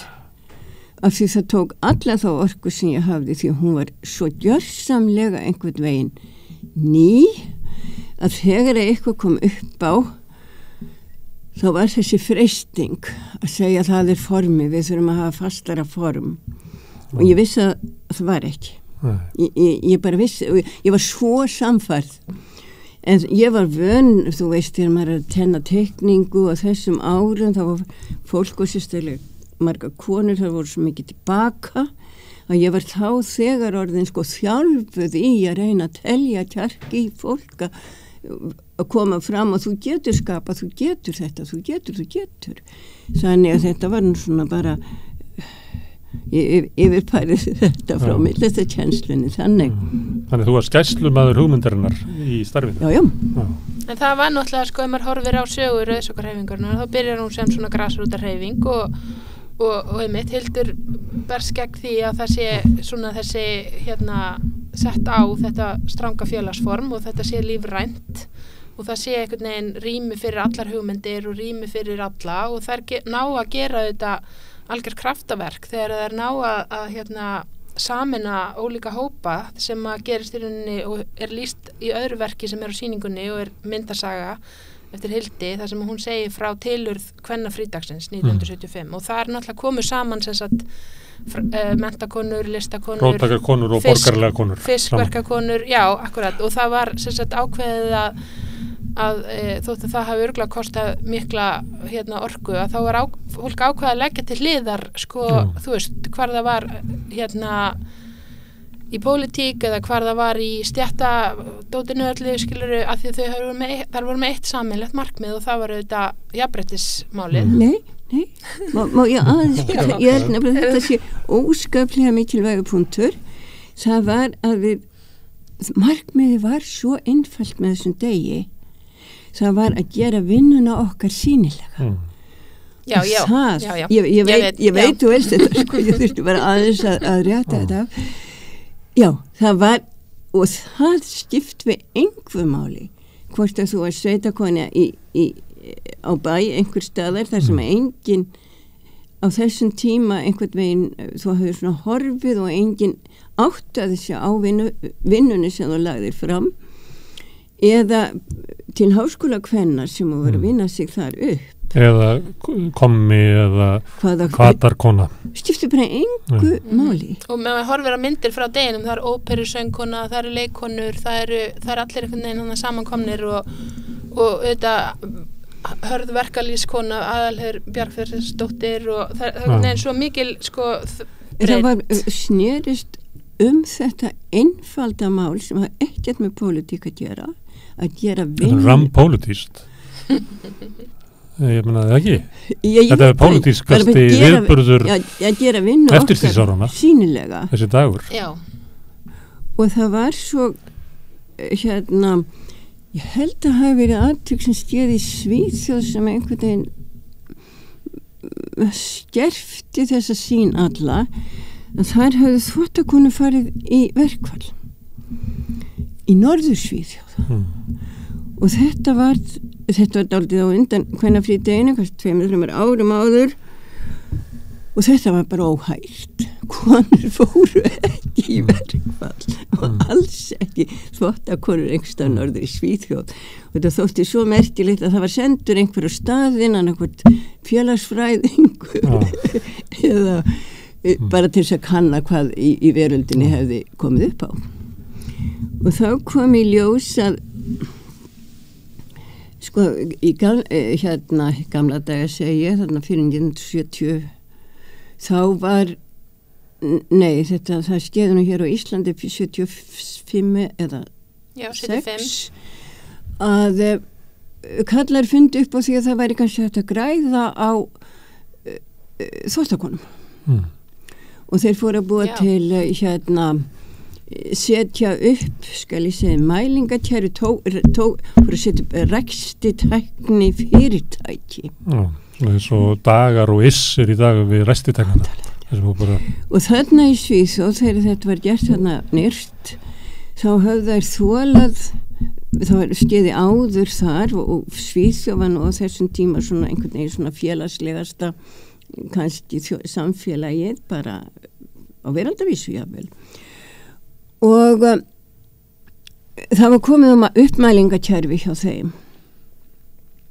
og þær þoldu það, þær lækkuðu náttúrulega í launum, þær þoldu það og stykkin stækku, þetta var hvernig stykki og það var nokkuð gott hérna á Íslandi í gamla daga, þú gast klóraði tölvöld áfram í samfélaginu ef þú hafði gott stykki eins og kallað. Margar konur fóru í gennum háskólanám á því að skúra eitthvað stykki. Jöp. Og eldri konur gátu farið jafnvel út eftir að kallarnir komið heim og oft tengdust þessar konur mjög vel inn í fyrirtækinu. Ég man að þær voru í myndlist og handíðaskólanum okkur svo óskaplega væntum þvottakonurnar okkar. Og þær þoldu þetta þarna í Norður-Svíþjóð að launin voru lækkuð og kröfunar urðu meiri og þær þoldu það lengi vel. Þangað til og það var það sem að sendibúðin komst að þær gátu hreinlega ekki unnið vinnuna sómasamlega. Þær urðu líka að fara heim og vita að þær hafðu svona hrært í skýtnum þær eru ekki einu svona geta gert verkið, þar að sé virðingin fyrir verkinu var líka tekin að þeim og þá var svo nei. Og það var, ég held að það verið þetta hafi haft svolítið mikil áhrif á okkur. Líka að stilja maður ástilið að fá virðingu fyrir verkinu sína. En það var náttúrulega líka svona ákveðin, þetta var auðvitað, þið fóruð í verkfall 1975 en það hefur alltaf kallað kvennafrídagurinn í sögunni en það kemur fram í myndasögunni að það var ákveðin svona kompromæs sem var nauðsynlegt að gera því að fyrir sumar af þessum konunum að þá var það of erfitt að kalla þetta verkfall en þær voru tilbúnar að gera þetta ef þetta var kallað frí þannig að það var gerð svona ákveðin málamiðlun. Þeim fannst það vera lögbrot. Já og það voru ekki þær sem að voru kannski efst eins og sagan segir það heldur líka frekar þær sem að voru á lægstu launum. Það var eitthvað þær ætlu ekki að brjóta lögin. En eftir þennan frídag að þá náttúrulega byrjar ákveðin svona eitthvað svona kulminasjón í rauðsokkarhreyfingunni og svo enda það með því að rauðsokkarhreyfingin lögð niður og það tekið upp, það breytti yfir í kvennalistan og ákveðið að fara bara all in í að vera stjórntækar og þá þarf auðvitað að vera að vinna á forsendum kerfisins. Og líka svona breiðari, að menna rauðsokkarnir voru róttækari, þær voru kvennabarátta stéttabarátta. Það var kvennalistin sagði aldrei kvennabarátta eða stéttabarátta. Nei, þetta var bara tölvert önnur nálgun. Auðvitað það þurfti líka að gera hitt. Og einn það var mjög held ég gott, þú getur ekki gert allt í einu. Og það varð að byggja þennan grunn. En þessi frasi kvennabarátta eða stéttabarátta kom ekki strax. Hann kom hann á þessum fræga fundi á Skógum og það var svona ákveðin klopningur sem átti sér stað þá. Já. En þá fór ég líka að draga mig út úr. Það var ekki það sem mig langaði að starfa af. Fyrir mér var þetta spurningum kerfið. Ekki pólitík, kerfið. Þannig að það átti sér stað líka... Það segir þá er ég tala um efnahagskerfið. Já. Ég heyri að þið viljið svolítið tala um pólitík. Þetta er list og pólitík og skipuritið af kvennalistunum. Hildur vissi ekki alveg að það væri list fyrir en að það er sett upp á sýningu. Þannig að það er skipuritið af rauðsokkunum. Já, rauðsokkunum fyrir ekki, rauðsokkunum fyrir. Þannig að það er svona óljós skil á milli stjórnmála og lista, pólitík og list. Og svo erum við að tala um að rauðsokkarhreyfingin byggðist upp á þessu og einhvers staðar verður þá listin, er þá rauðsokkarhreyfingin list? Er kvennafrídagurinn list? Hvar eru þessi mörk? Er ekki mörk? Hvernig eru mörkin á þér? Ég bara færði mig svolítið set, sko. því að haustið sem að finnst þér þá eins og þetta skiptur hlutverk þegar þú hættir að vera listakona og tekur þátt í pólitísku starfi eða þetta sami hlutur? Nei, þetta kom alls saman ákvæðlega eðlileg að ég þarna svona laus ráðin og ýmsum störfum frá 70 til 75 þá ég bara ráðin til að taka við handíðaskólanum og það var strax vorið 75 svo ég ekkert með í því að byggja upp kvennafrídaginn. Ég var með í því að búa til þetta skipula og þá ég komin inn í listheimin og þá fer ég bara að vinna að því líka að opna hann og undir mér ákvæmlega vel þar. En þú ert listakona og býr til listaverk en síðan ert að vinna með svona kerfi skólastjóra og svona. Er eitthvað munur á því? Er það sem að þú ert að reyna að opna myndlistaskólan? Er það... Já, sko þarna líka ég að vinna með kerfi það líka vegna þess að það var búið að mynda í kringum skólan ákaflega skynsamlegt það var ákaflega skynsamleg uppbygging sem byggðist í raun að veru að mínu mati á náði alveg rótum aftur í sérstaklega danska kerfi og listaháskóla þar og þeirra uppbyggingu alla en hugsunni var eiginlega svo þetta var ekki myndlistarskóli þannig lagað ef að þú ætlaðir að verða myndlistamaður þá var svo hugsun allir fór í fornám sem var eða bara fínt og svo velur þið sérdild og það var til dæmis engin listdild það var engin listdild það var kennaradeild og svo ég stofna það var ekki málaradeild stofnaði þú það? Það var til málaradeild ekki? Nei, ég stofnaði hana það var til deild sem heit frjálsmyndlist eða ekki? Nei Þannig að þetta var myndlistakennararskóli í raun og veru, já en það var sko mjög góð hugsun þarna baki og hún var svo að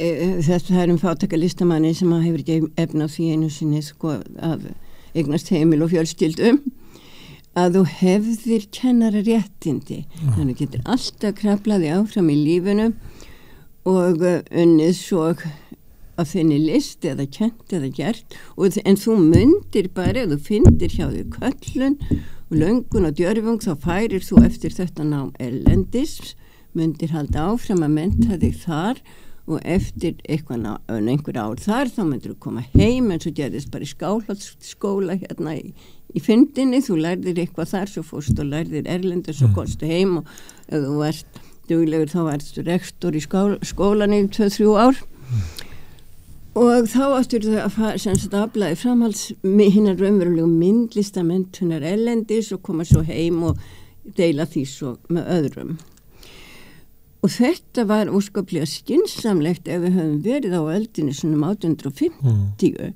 en það var bara komið þarna á það tók ekki nema það tók reynda 10 tíma að fljúa til Ameríku en við vorum gömlu vélarnar, DSI-vélarnar en við vorum bara heimur við varum bara stattir á öðrum stað og það var þessi glitki sem ég hafði verið þarna fyrir vestan og þarna var allt sko búblandi af lífi af því að Parísarliðið hafði sömuleyti flutt sig yfir til Ameríku og þeir hafði ákveðið þrátt fyrir McCarthyisman og allt þetta vildsvett pakk náttúrulega alls ekki en þeir sáu sér hagið í að hleypa þeim inn í landið og það hefði búið að tala um það í ýmsum fréttum og að vita að þeir voru hafðir á því sem þeir kalluðu long lease það að segja snúra maður löngan þeir voru í bandi það var fylgst með þeim alveg nákvæmlega það er abstrakt, þá er það meina abstract expressionism Vildu fá list en ekki eitthvað social realisma en það er náttúrulega þessi þeir sá sér sko vissan pólitískan hag í þessu þó að þeim finnist þetta hryllingur þetta er það Já, sem að var þá andstæða við, ef við að tala kaldastriðið, þá abstrakt expressionismin ákveði svona flótti frá málefnunum, af því að það ekki neinn pólitík þannig sýnileg í því, en auðvitað það einkannilist frekar en félagsleika. En sko, það þessi skilgreiningagleði sem svo erfið stundum, og eins og þú sagðir, eins og maður þurfi einhvern veginn að vera vakna mótnana og ákveða sig, sko, ætla ég að vera pólitíkus í dag, eða ætla ég að vera kennari, eða ætla ég að vera listamaður, eða ætla ég að vera kona, eða ætla ég að vera sýningarstjóri, eða þú veist, þetta auðvitað ekki, raunveruleikin ekki þannig að það sé allt svona skipt upp í deildir, sko. Þannig að ég held að listin hafi alltaf verið pólitísk, og að því að bara það tjáning, það bara maðurinn tjái sig, og það verður oft að list, og þá pólitískt á sinn hátt líka, því að það alltaf einhvers konar tjáning. En það misjafnt svona eftir tímabilum, stundum þykir pólitík og list blandast mjög illa saman. Það er hallarslegt. Já, og kannski þetta líka eitthvað svona stjórntæki að skipta öllum svona upp í hópa og láta listamennina bara vera og ekki að vera að tala við vísindamennina og eitthvað svona. En auðvitað þetta líka kannski sama eins og með félagsformið, skilur, það getur auðvitað ekki allir verið að gera allt. Þannig að fólk skipti sér svona í sérhæfingu, einhverja. Veistu það, ég komið svolítið uppreist gegn þessu að sko listamenn hafi verið svo frjálstur að tjáningu sinni. Mér finnst að við förum aðeins eftir í aldir þegar hafi nefnilega verið alveg óskaplega bundnir. Ef við förum bara í evrópska list, þeir máttu vinna fyrir kirkjuna. Þeir máttu vinna fyrir kirkjuna. Já, það náttúrulega það sem eftir situr, það það sem safnað og það sem situr eftir í safneignunum. Nei, ef þú varst málari, þá málar þú kirkjuleg verk. Já. Og svo það kirkjan í raun að vera sem dikterar hvað þú mátt mála, svo verður fjármálamarkaðurinn sterkari heldur en kirkjan og þá máttu fara að mála bara til Hollands, þú mátt fara að mála kyrralífsmyndir af ávöxtum og sem það hafði efna að kaupa og mannamyndir og annað slíkt. Og ef þú vilt vera djarfur þá eru ávöxtirnir svona farnir að láta á sjá og eru byrjað að rotna. Það svolítið djarf. Já, þú kannst málaði yfir það. En þessi sem teiknaði á hellin setti svona hendina á með blóði eða einhverju og teiknaði svona á hellisveggin mynda dýri.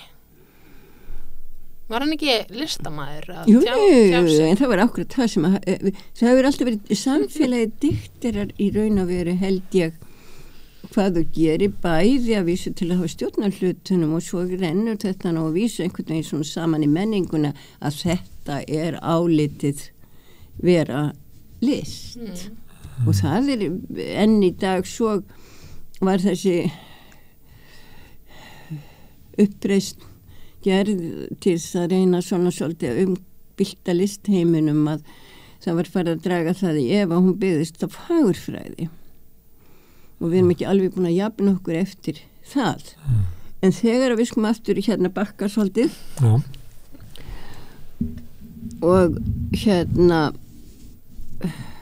það sem gerði þarna var að stofna þess máladeild og svo fekk ég Magnús Pálsson til þess að þetta var svona mótveit, svona vegasalt og ég held að þetta væri nú allt í lagi.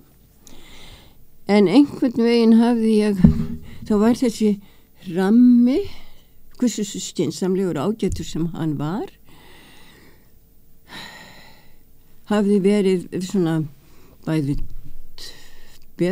tröstlegri og sterkari heldur en ég hafði ímyndað mér og einhvern veginn kom ég þarna við eitthvað reglugerðarverk sem búið var að setja upp í samfélaginu og það enn að titra eftir 50 ár. Og gerðir eitthvað sem mátti ekki gera það? Magnús Pálsson kom hann til þess að gera nýlistadeildina þannig? Já, sko. Fyrst hérna deild í mótun. Ég samþykti aldrei þetta orð og hefði aldrei gert vegna þess að það var pólitískt heimskulegt. En uppreisnarandinn í Magnúsi vini mínum var svo óhemju sterkur en deild í mótun var alveg fullkomið nafn það var það sem við bjögum til, það var það sem ég bjóð til. Ég setti aldrei nýlistastefn, hann bara fekk að ráða þessu því ég sá ekki ég skynjaði hættuna en ég sá ekki hvað hann var sterk. Af því þá er hægt að segja þetta er stefna. Það vantaði skúlptúrdeild og ég held að hún hafi nú eiginlega verið svona á prógraminu og deildimótum gat alveg fallið þar inn í varst að móta hugmynd, varst að móta skúlptúr, hvað varst að gera og ég man eftir því að þeir voru að spurja mig sko og til hvers ætlar, ég vil gera þessa tilraun segi og til hvers ætlar þú hvað ætlar að fá útrunni en ef þú gerir tilraun þá gerir tilraun að því þú veist ekki hvað kemur út eins og með skipuritið að vera svo græðingunni þú verður að hafa hugrekki til þess að mæta því sem kemur En stegst þú eitthvað tær þarna þegar þú varst að breyta myndlistaskólum? Hvað sér það? Stegst þú eitthvað tær þegar þú varst að breyta myndlistaskólum? Nú heldur betur Já. Og hverju voru viðbröðin? Það endaði þannig að það voru 2 kallar fóru að rífast en það varst þú sem þurftir að segja starfiðinni lausu frekar sér stað. Eiginlega, sko, ég get komið með svona örlítið dæmi til að sína þér að þetta var pínulítið erfitt sko þetta form sem ég hafi tekist á við þarna reyndist svona aðeins sterkara heldur en ég hafði reiknað með eða látið mér kannski bara þetta í huga væri þarna og ég veit það núna ég vissi það alls ekki þá ég var einhvern með köllin inn í menntamálaráðuneyti og það var alltaf við að kalla því inn í menntamálaráðuneyti einstuksinu við til þess að fara yfir fjárhægin og það var dálítið skemmtilegt þarna ef þú voru skaffaði viss peningar og ef þú fórst fram úr ef þú fórst ekki fram úr það var mjög hættulegt því þá fyrstu minna næst þú þurftir að fara svo mikið fram úr þess að sína fram á þú þyrftir að hafa meira sem maður þurfti alltaf auðvitað og svo ég fyrir þarna niður og Stefán þar og einhver var sendur þarna með mér og ég vissi ekkert ég spurði aldrei hvað fundurinn var og svo var aldrei sagt neitt og við Stefán fórum bara að spjalla hesta í Þingeyjarsýslu eða einhverju svona því að við vorum bæði þaðan og svo fór ég heim og hugsaði ekkert meir þetta var bara einhver fundur og hugsaði með mér að þetta hlýtti að hafa gleymst úr því að enginn sagði neitt þá var ég ekki að spyrja hvað málið væri en ég frétti það sko mörgum árum seinna gleymdi þessu nema þetta var alltaf voða skrítið þeir höfðu raunverulega að klaga mig fyrir menntamálaráðuneytinu fyrir að halda hátegis erindi það var Magnúsar hugmynd að við hefðum eins og að mánuði eitthvað svona að við myndum halda hátegis erindi og Magnús mér fannst þetta mjög góð hugmynd og skemmtileg hvort að við gerðum þetta með gömlum slætmyndavélum þetta var allt öðruvísi uppsett allt í gamla daga og þá var Erró að koma með verkið sín til landsins og mér fannst það einhvern veginn grjót upplagt að kynna hann aðeins en þetta fór alvarlega fyrir brjóstið á þeim og þú sér hvað rammi var þungur Þetta akkurja Ég geti spurt þig að því ég komst að það voru átök þegar hann kom heim Erró Þú voru útskýrað fyrir fólki sem er uppi í dag því að Erró bara húsvegjum í Breiðholti og póstkortum og út allt Hvað var hættulegt við Erró? Það var held ég aðalega tvennt ég heyrði það nú bara utan að frá mér því ég vissi það ekki bæði þetta og hann var nú kennt það sko að hafa notað þennan ævakömmlu aðferð að hann hefði kannski ekki gert hvert einasta pensilstrikk sjálfur hann gæti að hafa haft hjálparmann það þótti ekki falla rétt í þá hreinlegu veröld sem búið var að skapa og annað var að það var búið að setja upp grafíkverkstæði og þar var saman svona hreinlínu stefnan ég held að hafa verið sett bara reglugerð hvað átt að vera og það þurfti að lúta ákveðin lögmálum til þess að væri grafíkverk sem þú gast númerað og hann hafði sko ákveðat á þessum árum þá var að koma upp þetta verktól sem hérna ljósveitunarvélin og það kom nefnilega einmitt inn í þessi skjöl sem vorum að tala þarna áður og súmararnir ég man að það var svolítið stifst á verkum einmitt með tækni hérna ljós sko lit. Það var náttúrulega verið að afbyggja bara alla hluti að vera að afbyggja miðlana En það var sett verið að saka hann að vera ekki listamaður heldur einhvers konar iðnaðarmaður eða Já, hann hafði einhver staðar sko brotið í fjölföldun. Það er náttúrulega bara fyrirsláttur. Þau lögmál, ég veit ekki hugmyndum það en þetta var honum gefið að sög. Hann hafði brotið einhver staðar þau lögmál sem hér ríktu hvað sem var kallað grafík.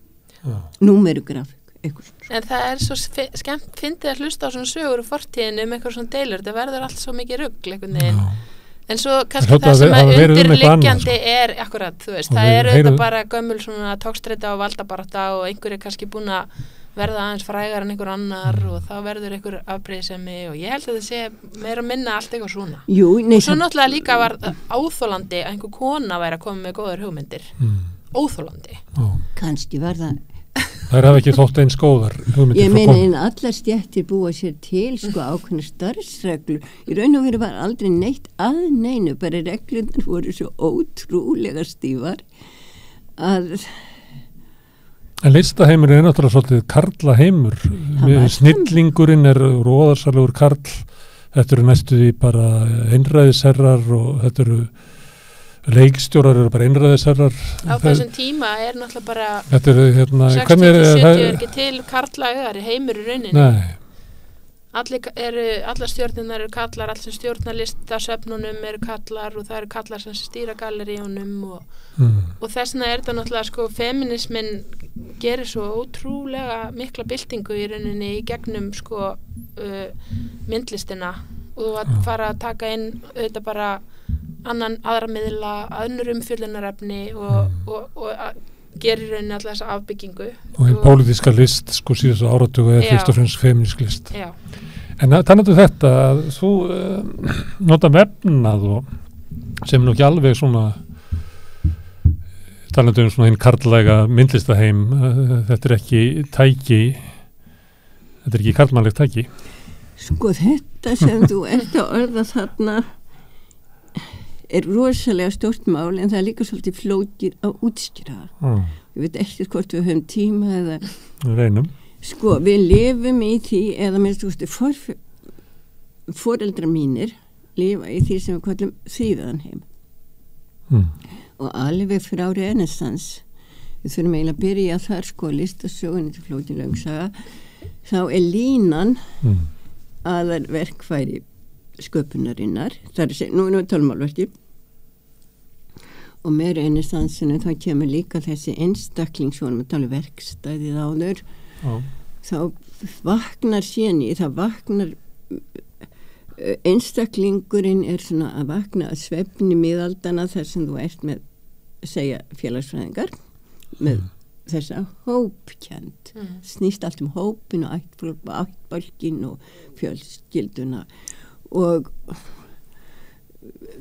renessansi breytir öllu og þá fram að því er mynd vefnaðurinn svo óskaplega sterkur því að þú vefur all þessi tjöld og þetta breytist og það var svona stærsta dæmið það eru nú myndirnarins Rafael sem hann gerir þarna fyrir Sixtins kapelluna og þegar kom í ljós og miklu seinna að fyrirmyndin var í raun að vera fallegri en teppi því þarna varstu fann að koma með fjarlægðina inn fjarlægðin og línan sem liggur inn í fjarlægðina fylgir alltaf öllum þessum 500 árum eftir renessansin og sést svo vel í myndlistin og fer í gegnum myndlistina við erum alltaf framþróun en ef við tökum fjárvítapunkt í málverki þá kemstu aldrei að hverfipunktinu því að hann flytur sér til. Þú kemst aldrei þangað, ekkert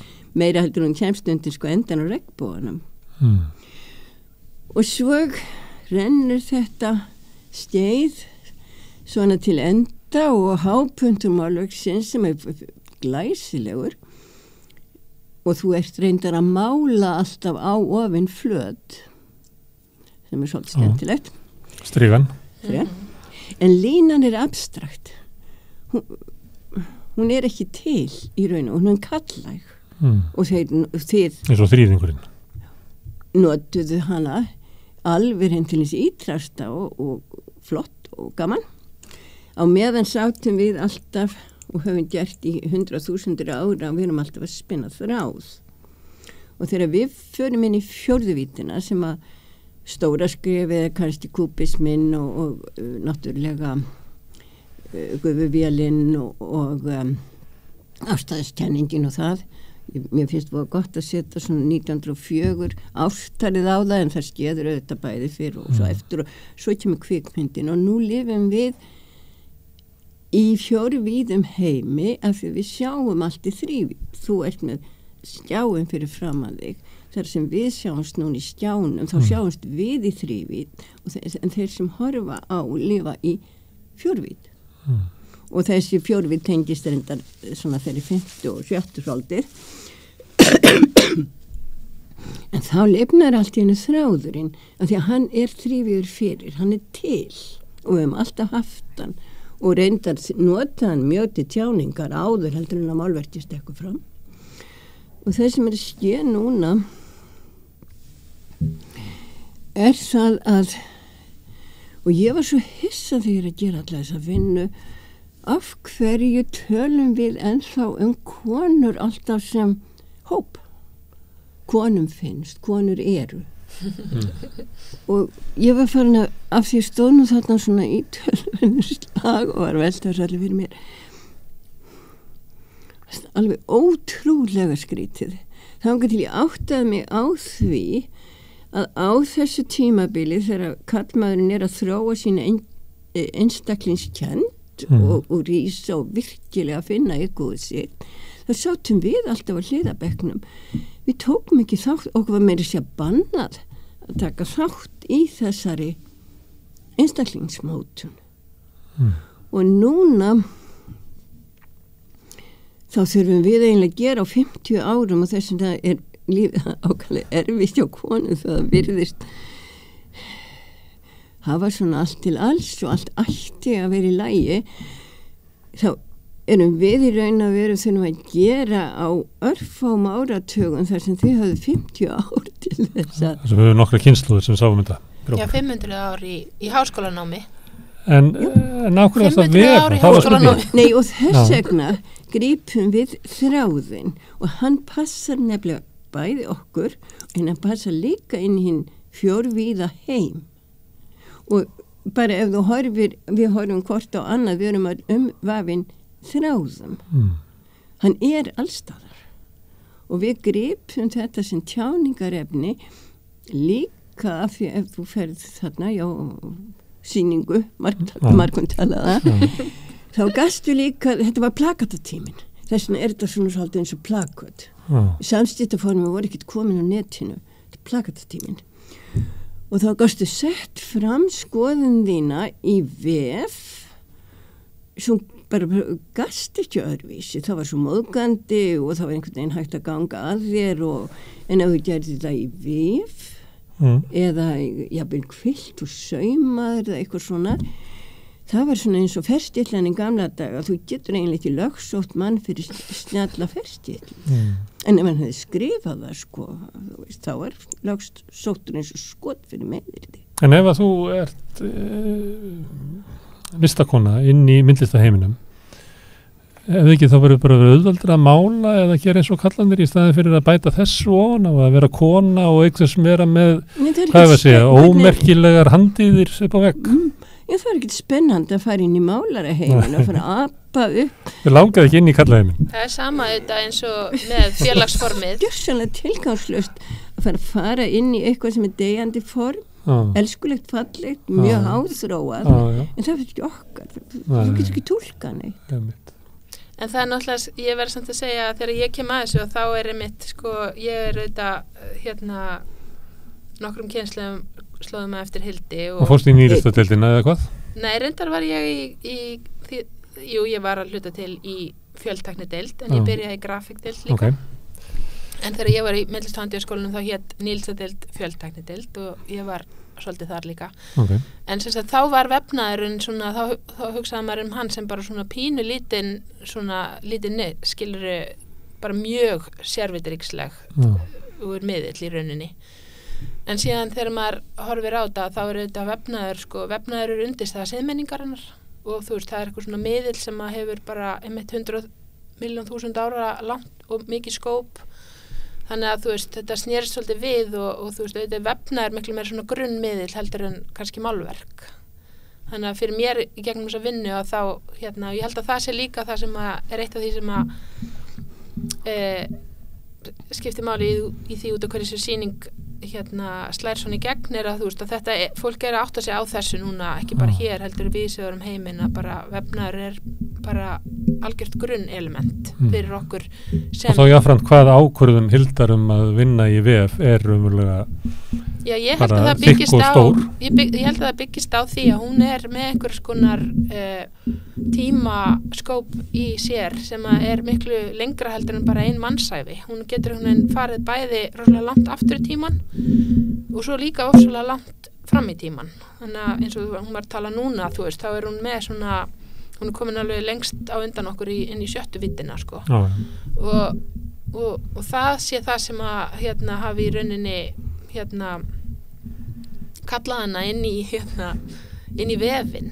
Það var kannski auðvitað hann rúmið það betur heldur en þessi tímabundnu aðferði kallana sem að ná kannski bara 500 ára áttur í tíman. Að þau haldi illa utan þessa stóru vídd. Stóru mynd. Hvað sér Hildur, ertu sjáandi? Nei, ég ekki Þú sagðir áðan þegar þú varst að tala hvernig félagsformin komið til þín í Ameríku, þá talar eins og sjáandi. Þetta hljómaði eins og indjána sjaman að tala innan úr einhverju tjaldi. Nei, þetta var bara þarna á þessum tíma sem að Martin Luther að vaksa fram, ég bara heyri þetta var bara að verða til hópeflir, ég veit að nútíma maðurinn það sjá það ekki allir, sko. Það var að tala Martin Luther King í Bandaríkjanum en ekki Martin Luther Nei, ég er að tala Martin Luther King svarta fólki ég bara horfi á öfl þú verður aðtuga það að bóndi minn þá var að læra grunntæknina að hann var með í þeirri kynslu sem skapa tölvuna. Ég óskaplega nálægt þeim þó ég hafi verið þarna í einangrun skrýtnum bæ, þá ég raun að vera óskaplega nálægt fyrir tækni sem að nútíminn byggir á. En ég held að þetta sé rétt hjá Sigrúnu, ég bara hef þennan hæfileika til að skilja píndu eðli tímað. Herðu, við höfum svolítið talað svona pólitík og róttækni og feminisma en síðan það, ég veit ekki hvað þetta kallaði, svona umhverfismál og náttúra. Það líka hluti af samingjarn á milli? Er náttúran kona frekar? Mér fannst einhvern veginn eitt liti náttúrulega af öðrum. Þetta voru svona tímabil að ég var fyrst í kvennabaratunni og svo þess að gífilegum átökum þarna í skólanum. Svo var það nú kannski bara tilviljun svona innan fjölskyldunar að ég alin upp í Bjarkarhlíð þar sem að atkvarfið fyrir heimilisofbeldi var svo þarna miklu senna og farið núna og ég bara veit ekki hvað verður næst í húsnum. Þetta við hliðin á Bústaðakirkju fyrir þá sem ekki vita, það svona örlítill skóur sem að foreldraðinir ræktuðu. Já, nú orðið nokkuð stór, trínur í afkomil mér. Þannig hann ekki stór, svo ég var það að segja lítill skóur. Þetta er eitthvað milli þess að vera skóur og rjóður. Og þarna á móti voru, þegar ég ólst upp, voru gömlu bústaðir sem að var óskaplega lítill, fallegur sveitabær en algjörlega í gamla forminu. og móðir mín hafði menntust erlendis frá og þau voru ákaflega víðsýn, myndi ég segja, sérstaklega í trúmálum og miklir áhugamenn ræktun og náttúrun og allt bara mögulegt. Þau hafði ákaflega svona ríkt og stórt líf þannig eða hugarheim og þau fluttu þarna austur og pappi minn bara lá á banaleguna og þetta var í annarsinn sem hann spurði hvort ég gæti keypt á honum hús því að hann langaði svo skilja einhvern veginn trén eftir í höndum einhverja. Það var hitt húsið þá á Straumum? Já. Á Straumum, þá þau fóru frá Bjarkarhlíð austur á bakkana og einhvern veginn var ég nú kannski líklegust svona til þess að heyrða eitthvað trén og ég einhvern veginn bara gat ekki sagt nei og bóndi minn Þór var þá frá Selfossi, fættur þar svo þetta svona og við svolítið þreytt og kannski búin að þvæla okkur svolítið mikið út svona í átakamálum og það hentaði okkur bara að fara þarna austur og þá tók ég upp þennan þráð og eins og ég segi mér fannst ekkert síður að við þyrftum að hlúa náttúrunni það var búið að fá svona vissan áfanga í því að jafna allavega hugsunni í að allir milli karl og kvenna sem voru, það voru bara 2 kyn þá og hérna þeir orðin fleiri núna og þetta er svona bara að koma sjálfu sér svolítið kannski sem hvíld líka. En þú varst alveg meðvitið umhverfismálin held ég líka, ég meina það sést bara á því sem þú ert að skrifa og hvernig þú ert að skrifa í blöð og svona á þeim tíma þegar þú ert í rauðsókarhefingunni því að það var náttúrulega líka hugmynd sem þú kemur með frá Ameríku líka sem tengist bara því að umhverfis verndar svona hugsunin eins og við þekkjum hann í dag var að kvikna þar og bókin Raddir vorsins þagna olli straumhverfum, þetta ekki rétt hjá mér? Þannig að þetta er ekki svona kaflaskipt, þetta er einmitt, þú náttúrulega ert alin upp í svona þessari hugmyndafræði umhverfisverndarinnar. Í raun og veru var sko æska mín svo, það var svo viðfemur hugmyndar heimur og það var hægt að fara að grípa niður svo víða. En þú lýsir svolítið að þú og Þór hafi dregið ykkur svona næstu úr skarkala lífsins og inn í svona einhverja náttúru og ræktun og svolítið eins og þú sért, og lýstir þessu svona eins og væri að fara heim einhvern veginn? Jú, sömuleyti og ég fekk svolítið svona meiri tíma þá til þess að vinna fyrir mig en svo fór ég að vinna þarna í söfnunum fyrir austan og þá opnaðist önnur veröld og hún var að sömuleyti inn til fortíðarinnar en mér fannst miklu betra, ég vann þar þó nokkuð tíma en mér fannst einhvern veginn miklu betra að ef ég þurfti að afla fjár þá fannst mér miklu þægilegra að vera aðskilja það frá því sem ég gerði og vera ekki að byggja á því að ég þurfti að selja eða afla mér fjár í gegnum það sem ég gerði, ég vildi halda því alveg hreint þar fyrir utan svo ég valdi bara að fara og tók við byggðarsafninu og það var lítið listasafn og mér fannst það mjög skemmtileg vinna. Herðu, ég þakka ykkur fyrir að koma hérna og hvet alltaf til þess að sjá þessa sýningu, ég held að það er bara þannig. Þú verður að flýta þér því að hún lokar helgina. Lokar hún hvernar? Helgina. Á sunnudaginn. 12. mars er síðasti dagurinn. Það er því að það er svona aftur, það er svona 7. áratugurinn og fyrri hluti 8. áratugurinn í þessu. Það er svo skemmtilegu tími. Bara þegar maður heyrir músík frá þessu tíma, þá er ég að tala um svona bara klassíska músík. Það sömuleyti finnst manni stundum eins og við lifum einhvern svona frekar dabra tíma. Svona nútíma músíkin er hljómar alltaf eins og kvala hljóð einhvern veginn svona. Það er svona meiri húmor og gleði og kátína í listinni og hugmyndaheiminum á þessu tíma. Það var skemmtileg tími. Ég held að þetta sé rétt hjá þér og meira sé þessi tími þar sem ég fannst ég svona lífa í vissri einangrun og þarna í Bandaríkjunum þá hefur það runnið upp fyrir mér seinna að þetta var óskaplega, þetta voru gefandi tíma. Það var svona vor, einhvern veginn. Já. Það er nú leiðilegt að vera að segja þetta svona, Sigrún, að því að þú er nú í gjörningaklubnum sem hefur nú ekki vantað húmorinn og kátinuna í það. Já, við trúðum náttúrulega mjög sterkt. Þið ljótu að vera hrifnar af þessum tímabili, þarna svona 7. áratunum, var skemmtilegur. Já, ég meina við hefum náttúrulega þeim allt okkar að þakka og þegar ég var 20 og var í listnámi þá fannst mér einmitt, það hefur verið þá 90 eitthvað sko, þá fannst mér svo rosalega langt síðan, það var árið 70 eitthvað og það var sko, en auðvitað var maður með þetta mann fannst bara, já það var bara takk fyrir að taka málum svona förstum tökum hann að rausokkarhreyfing og bara breyta málum og því ég upplýði einhvern veginn aldrei að það væri ekki, þú veist, jafnrétti, mér fannst ég alltaf búa við jafnrétti af því að Hilda-kynslóð var búin að taka máli í gegn sko. Svo náttúrulega eftir sem maður verður eldri að þá veit maður að það er auðvitað ekki rétt sko. Og maður vissi að á þeim tíma líka að það var kannski mjög víða í heiminum mikið ójafnrétti og en allan í mínum svona, þú veist, mér leiði ekki eins og ég væri að líða mikið ójafnrétti.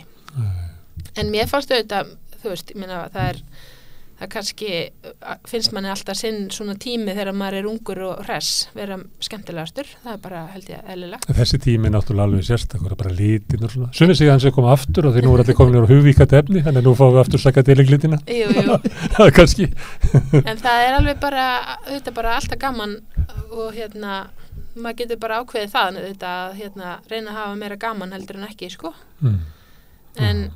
En jú, hippatímabilið er líka eitthvað svona sakleysi og eitthvað svona kraftur í því. Eitthvað vor, svona, eitthvað trú á framtíðina. Já, og við getum breytt heiminum og við getum breytt heiminum núna erum við meira í því að heiminum muni breytast og það verður ekki til góðs. Það frekar svona, þegar framtíðar hugmyndir eru orðið dystopía og það er svona, það er eitthvað skuggi yfir. Það er náttúrulega, og ég náttúrulega ólst upp þegar ég var lítil, þannig að áður en ég fór í listaskóla þá var auðvitað kjarnorku vá og núna eru öll börn með það alveg bara, þú veist, innprentað að það er bara heimsendir yfirvofandi. Það setur ákveðin svona lit á lífið þetta. Má ég grípa aðeins þarna inni að því vorum að tala um fjarvítapunkt og þessi bæði þannig í Ameríku og svo eins 70 það einkennist ennþá að þessari, við tölum með þróunarlönd og þróunabanka og vorum alltaf að fara eitthvað en það sem skeiði raunverulega 2012 þegar voru vissar svona heimsendaspár því muni það hjá Majunum það sem skeiði virkilega og raunverulega var það að tíminn breytti eðli við komumst að lokum eiginlega á þeirra fjarvítarpunkt við hættum að hugsa þessu framþróunarstíi lauk og nú þannig við erum komin við erum komin og á hverju heldur þú að allir þurfi núna að hlaupa út og taka kursus því að lifa í núvitund eins og þú hefur alltaf að lifa í núinu en við vorum orðin svo háði að vera alltaf að fara eitthvað að við þurfum að læra það upp á þú þarf raunverulega að fara í skóla til þess að læra að vera í núinu. Herðu, við skulum enda þarna. En reyndar er það, nú ætla ég að hringja til New York og tala við hana Rakel Adolfsdóttur og spjalla við hana Dýrleifi Árnadóttur. Þú þekkir hana? Hún var móðursystir mín. Einhver yndislegasta manneskja sem ég hef þekkt bara. Hjartagóð, erki komi. Rakst svolítið ill í fjölskyldunni en yndisleg manneskja. Það er svona það var náttúrulega kommunistarnir sem fluttu 8. mars til Íslands byrjuhaldana og líklega hefur það verið Dýrleif sem að gera það sem að flutti 8. mars bara þetta kvenna til Íslands. Já, allavega var hún í þeim hópi sem gerði að hún skrifið fyrir því svona meira og minna. Já, þess vegna ætlum við að fræðast að þessum móðursystíðina eftir augnablik. En Hildur og Sigrún, kæra þakki til að stoppa hérna og spjalla við okkur við rauðaborðið. Takk að þér. Takk fyrir. Og við skiptum svo yfir til New York eftir augnablik.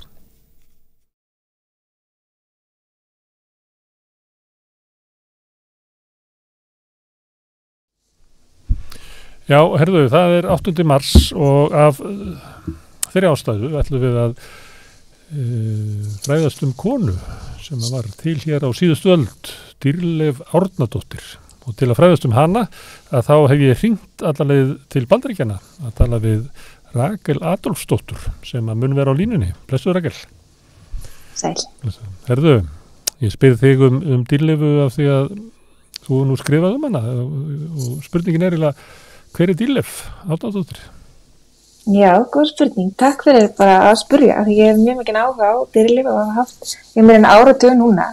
Og hún var alveg ósælega áhugaverð kona sem var uppi snemma á 20. öld. Hún fæddist 1897 á Skútustöðum í Mývatnssveit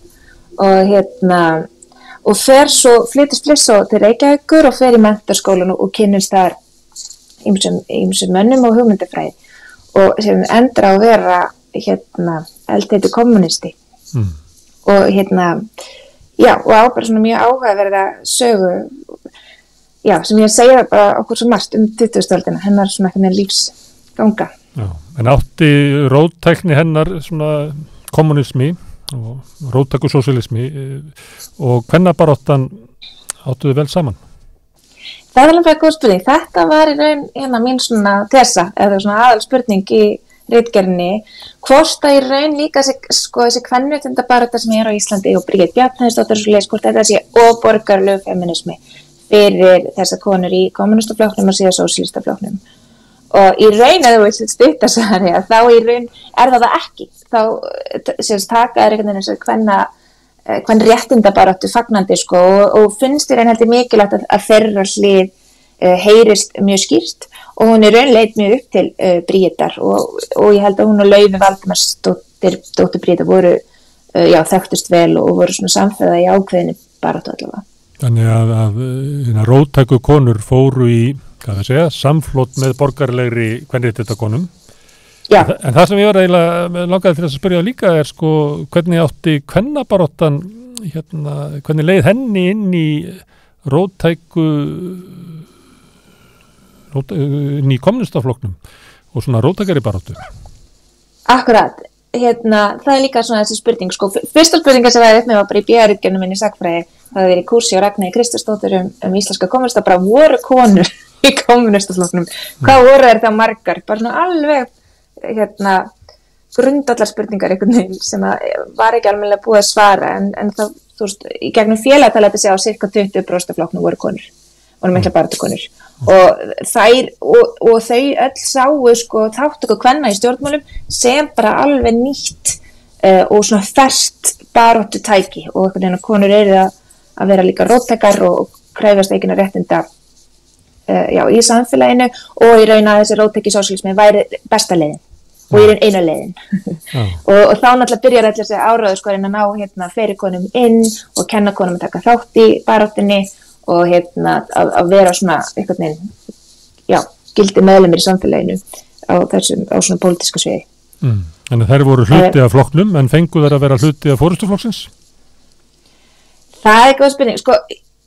Fyrst er opnara fyrir því og ég held að sé líka því fasistarnir, þú voru alltaf mótið fasisma og þar var öðruvísi þáttaka kvenna og vera að ítaði meira út í svona til hliðar eða í mæringartyrki og þau voru andfasistar og voru þar alveg að hafa konum með sýndi það bara svart og hvítu mjög skýrt en svo náður aldrei í gegn. Það ná aldrei almennilega í gegn og Dýrleif er nær að vera með hæstu svona innan flokks því hún verður ritari flokksins og svona, ritari þingsins sammenninga þingsins þeirra oft og nær að vera svona, hún er formaður Selju eins og reyndar nokkra konur, það voru svona ákveðin hópur en svo í raun fjarar undan og þær ná ekki að taka jafn mikið þátt í stjórnmálaflinu, þú veist, sósíalistaflokknum. Þannig að helvítis feðraveldið nær tökum á þessari frelsisbaráttu líka. Ég held það Ítveim út í hótt og gallarnir líka bara þú veist, þeir verða ráðherrar, þú veist, Brynjólfur Bjarnason, Einar Olgeirsson og verða sérstaklega, mér finnst sérstaklega Brynjólfur verða bara svona innlimast inn í þetta vald og verða þá svona þetta feðraveldi og þeirra svona þegar líta tilbaka þá sjá þau ekki þáttöku kvennanna vel fyrir en komið á 9. ártuginn.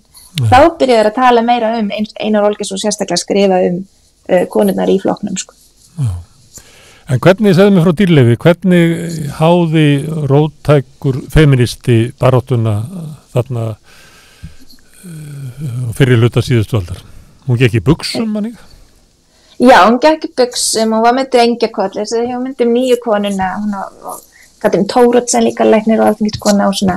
En sko, það sem ég veist svo áhugavert við Dýrleifur, hún þessi líkt á Einar Olgeirsson, líkt á Brynjólfur Bjarnason, jafnvel Hendrik Ottorsson, þú veist, þau eru á borgaralegum ættum, þú veist, hún prestdóttir, hún hefur alveg ótrúlega tækifæri, læri tungumál, fær heimakennslu, næri flytja til Reykjavíkur, búi hjá ættingjum og fara svo í menntaskólan þar sem hún verður held ég 12. eða 13. kvenstúdentinn. Já. Þannig að hún kemur frá svona annari kressu og það var engin annar í ættinni eða fjölskyldinni jafn róttæk og hún. Nei, en hvernig háði hún baráttu sína? Ekki, hún var ekki að smyrja brauðtertur hérna fyrir kallana eins og í Framsóknarflokknum? Nei, akkurat, já, hún var svona, hún hélt ræður og hún skrifaði í blöðin og tók alveg virkan þátt, var á þingunum. En ég sé ekki, hún ekki þessi herskáðasta, sko, þær voru margar að mótmæla, til dæmis. Indiana Garibaldadóttir var fangilsuð og þess að ég get ekki fundið neitt svona, hún hefði verið einhvern veginn fremst í flokki þar. Já, reynda var eiginmann síðar var fangilsaður, þú veist að það var settur í fangilsa vegna mótmæla. En hún var svona hugsuður, sko, og ef þú veist, hún var svona, og var í raun þessi sko skipuleggja sellur, skipuleggja þáttöku í alls konar kvenfélögum og alls konar félögum bara. Mér var alltaf sagt að í gamla daga að hún hefði tekið þátt í að henda Steini Steinari út úr sellunni. Já, það alveg til, Steinar segi það, hún hefði hringt honum niður stiga og akkurat, og þessi myndafinu, sko, hún líka fór út í svona sósíalíska til Sovétríkjanna, sko, í sósíalískan skóla, en sko, þegar til að vera ættingennar og þeir sem eru náinni, þá var hann alltaf mjög ljúf. Og hún var, og í raun segja, ég held að segja líka, því hún kaus með að kasta Einar Olgeirsson úr flokknum, en með tára hvarmi eitthvað svona, sko. Það var stílisti Steinn Steinar og það ekki alltaf gott að treysta stílistu þegar að segja frá og skáld, íslensk skáld vilja stetta niður stiga bara út af Jónasi og fleirum. Akkurat. Mjög góð búndir. Þetta alltaf góð saga og þú veist, þetta alveg lýsandi fyrir þessi ósögulegu svona hugmyndafræðilegu átök sem voru upp á þessum tíma, vissilega, en svona myndin af henni bara ósögulega ljúfri konu. En hún barðist fyrir jafnrétti og hún barðist fyrir jöfnuði og hún var á svona róttæk jaðri stjórnmálana. Heldur að það hafi svona sett marka á hennar ævi og tækifæri í lífinu? Já, góð spurning. Hún náði alltaf að vera, hún var ritari, hún kláraði fíluna og frá Háskóla Íslands og náði svona frekar langt á þeim tíma.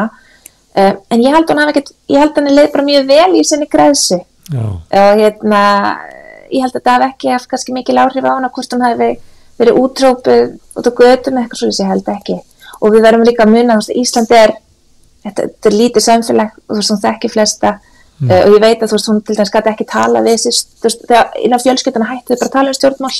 Ég var að tala áðan hérna við Hildi Hákonardóttur myndlistarmann með myndlistarkonu sem náskild Dýrleifu en af hverju fórst þú að pæli í Dýrleifu? Ertu skild henni eða þekktur eitthvað til hennar? Ég hef ekki skild henni, ekki til henni. Nei, ég las bara aðeins hana á í þessum kursi ég var í og svo fékk henni bara alveg á heilan þannig ég að rannsaka þessa sögu kommunista og hvenna innan kommunistaflokksins þá poppar hún alltaf upp. Líka þegar hún er svona rauður þráður eins og ég segi Hildi Hákonardóttur í gegnum allt þetta starf, kvenréttindabaráttu, félagsstarfi og hún fer í smá framboð en alltaf frekar neðarlega þannig að hún er svona með þetta óformlega vald en virðist samt vera, hún er rosalega langlíf í flokknum, hún er einu af þeim sem stofnar Spörtu 1929 og okkur einn svona og heldur svo bara áfram í áratugi, sko.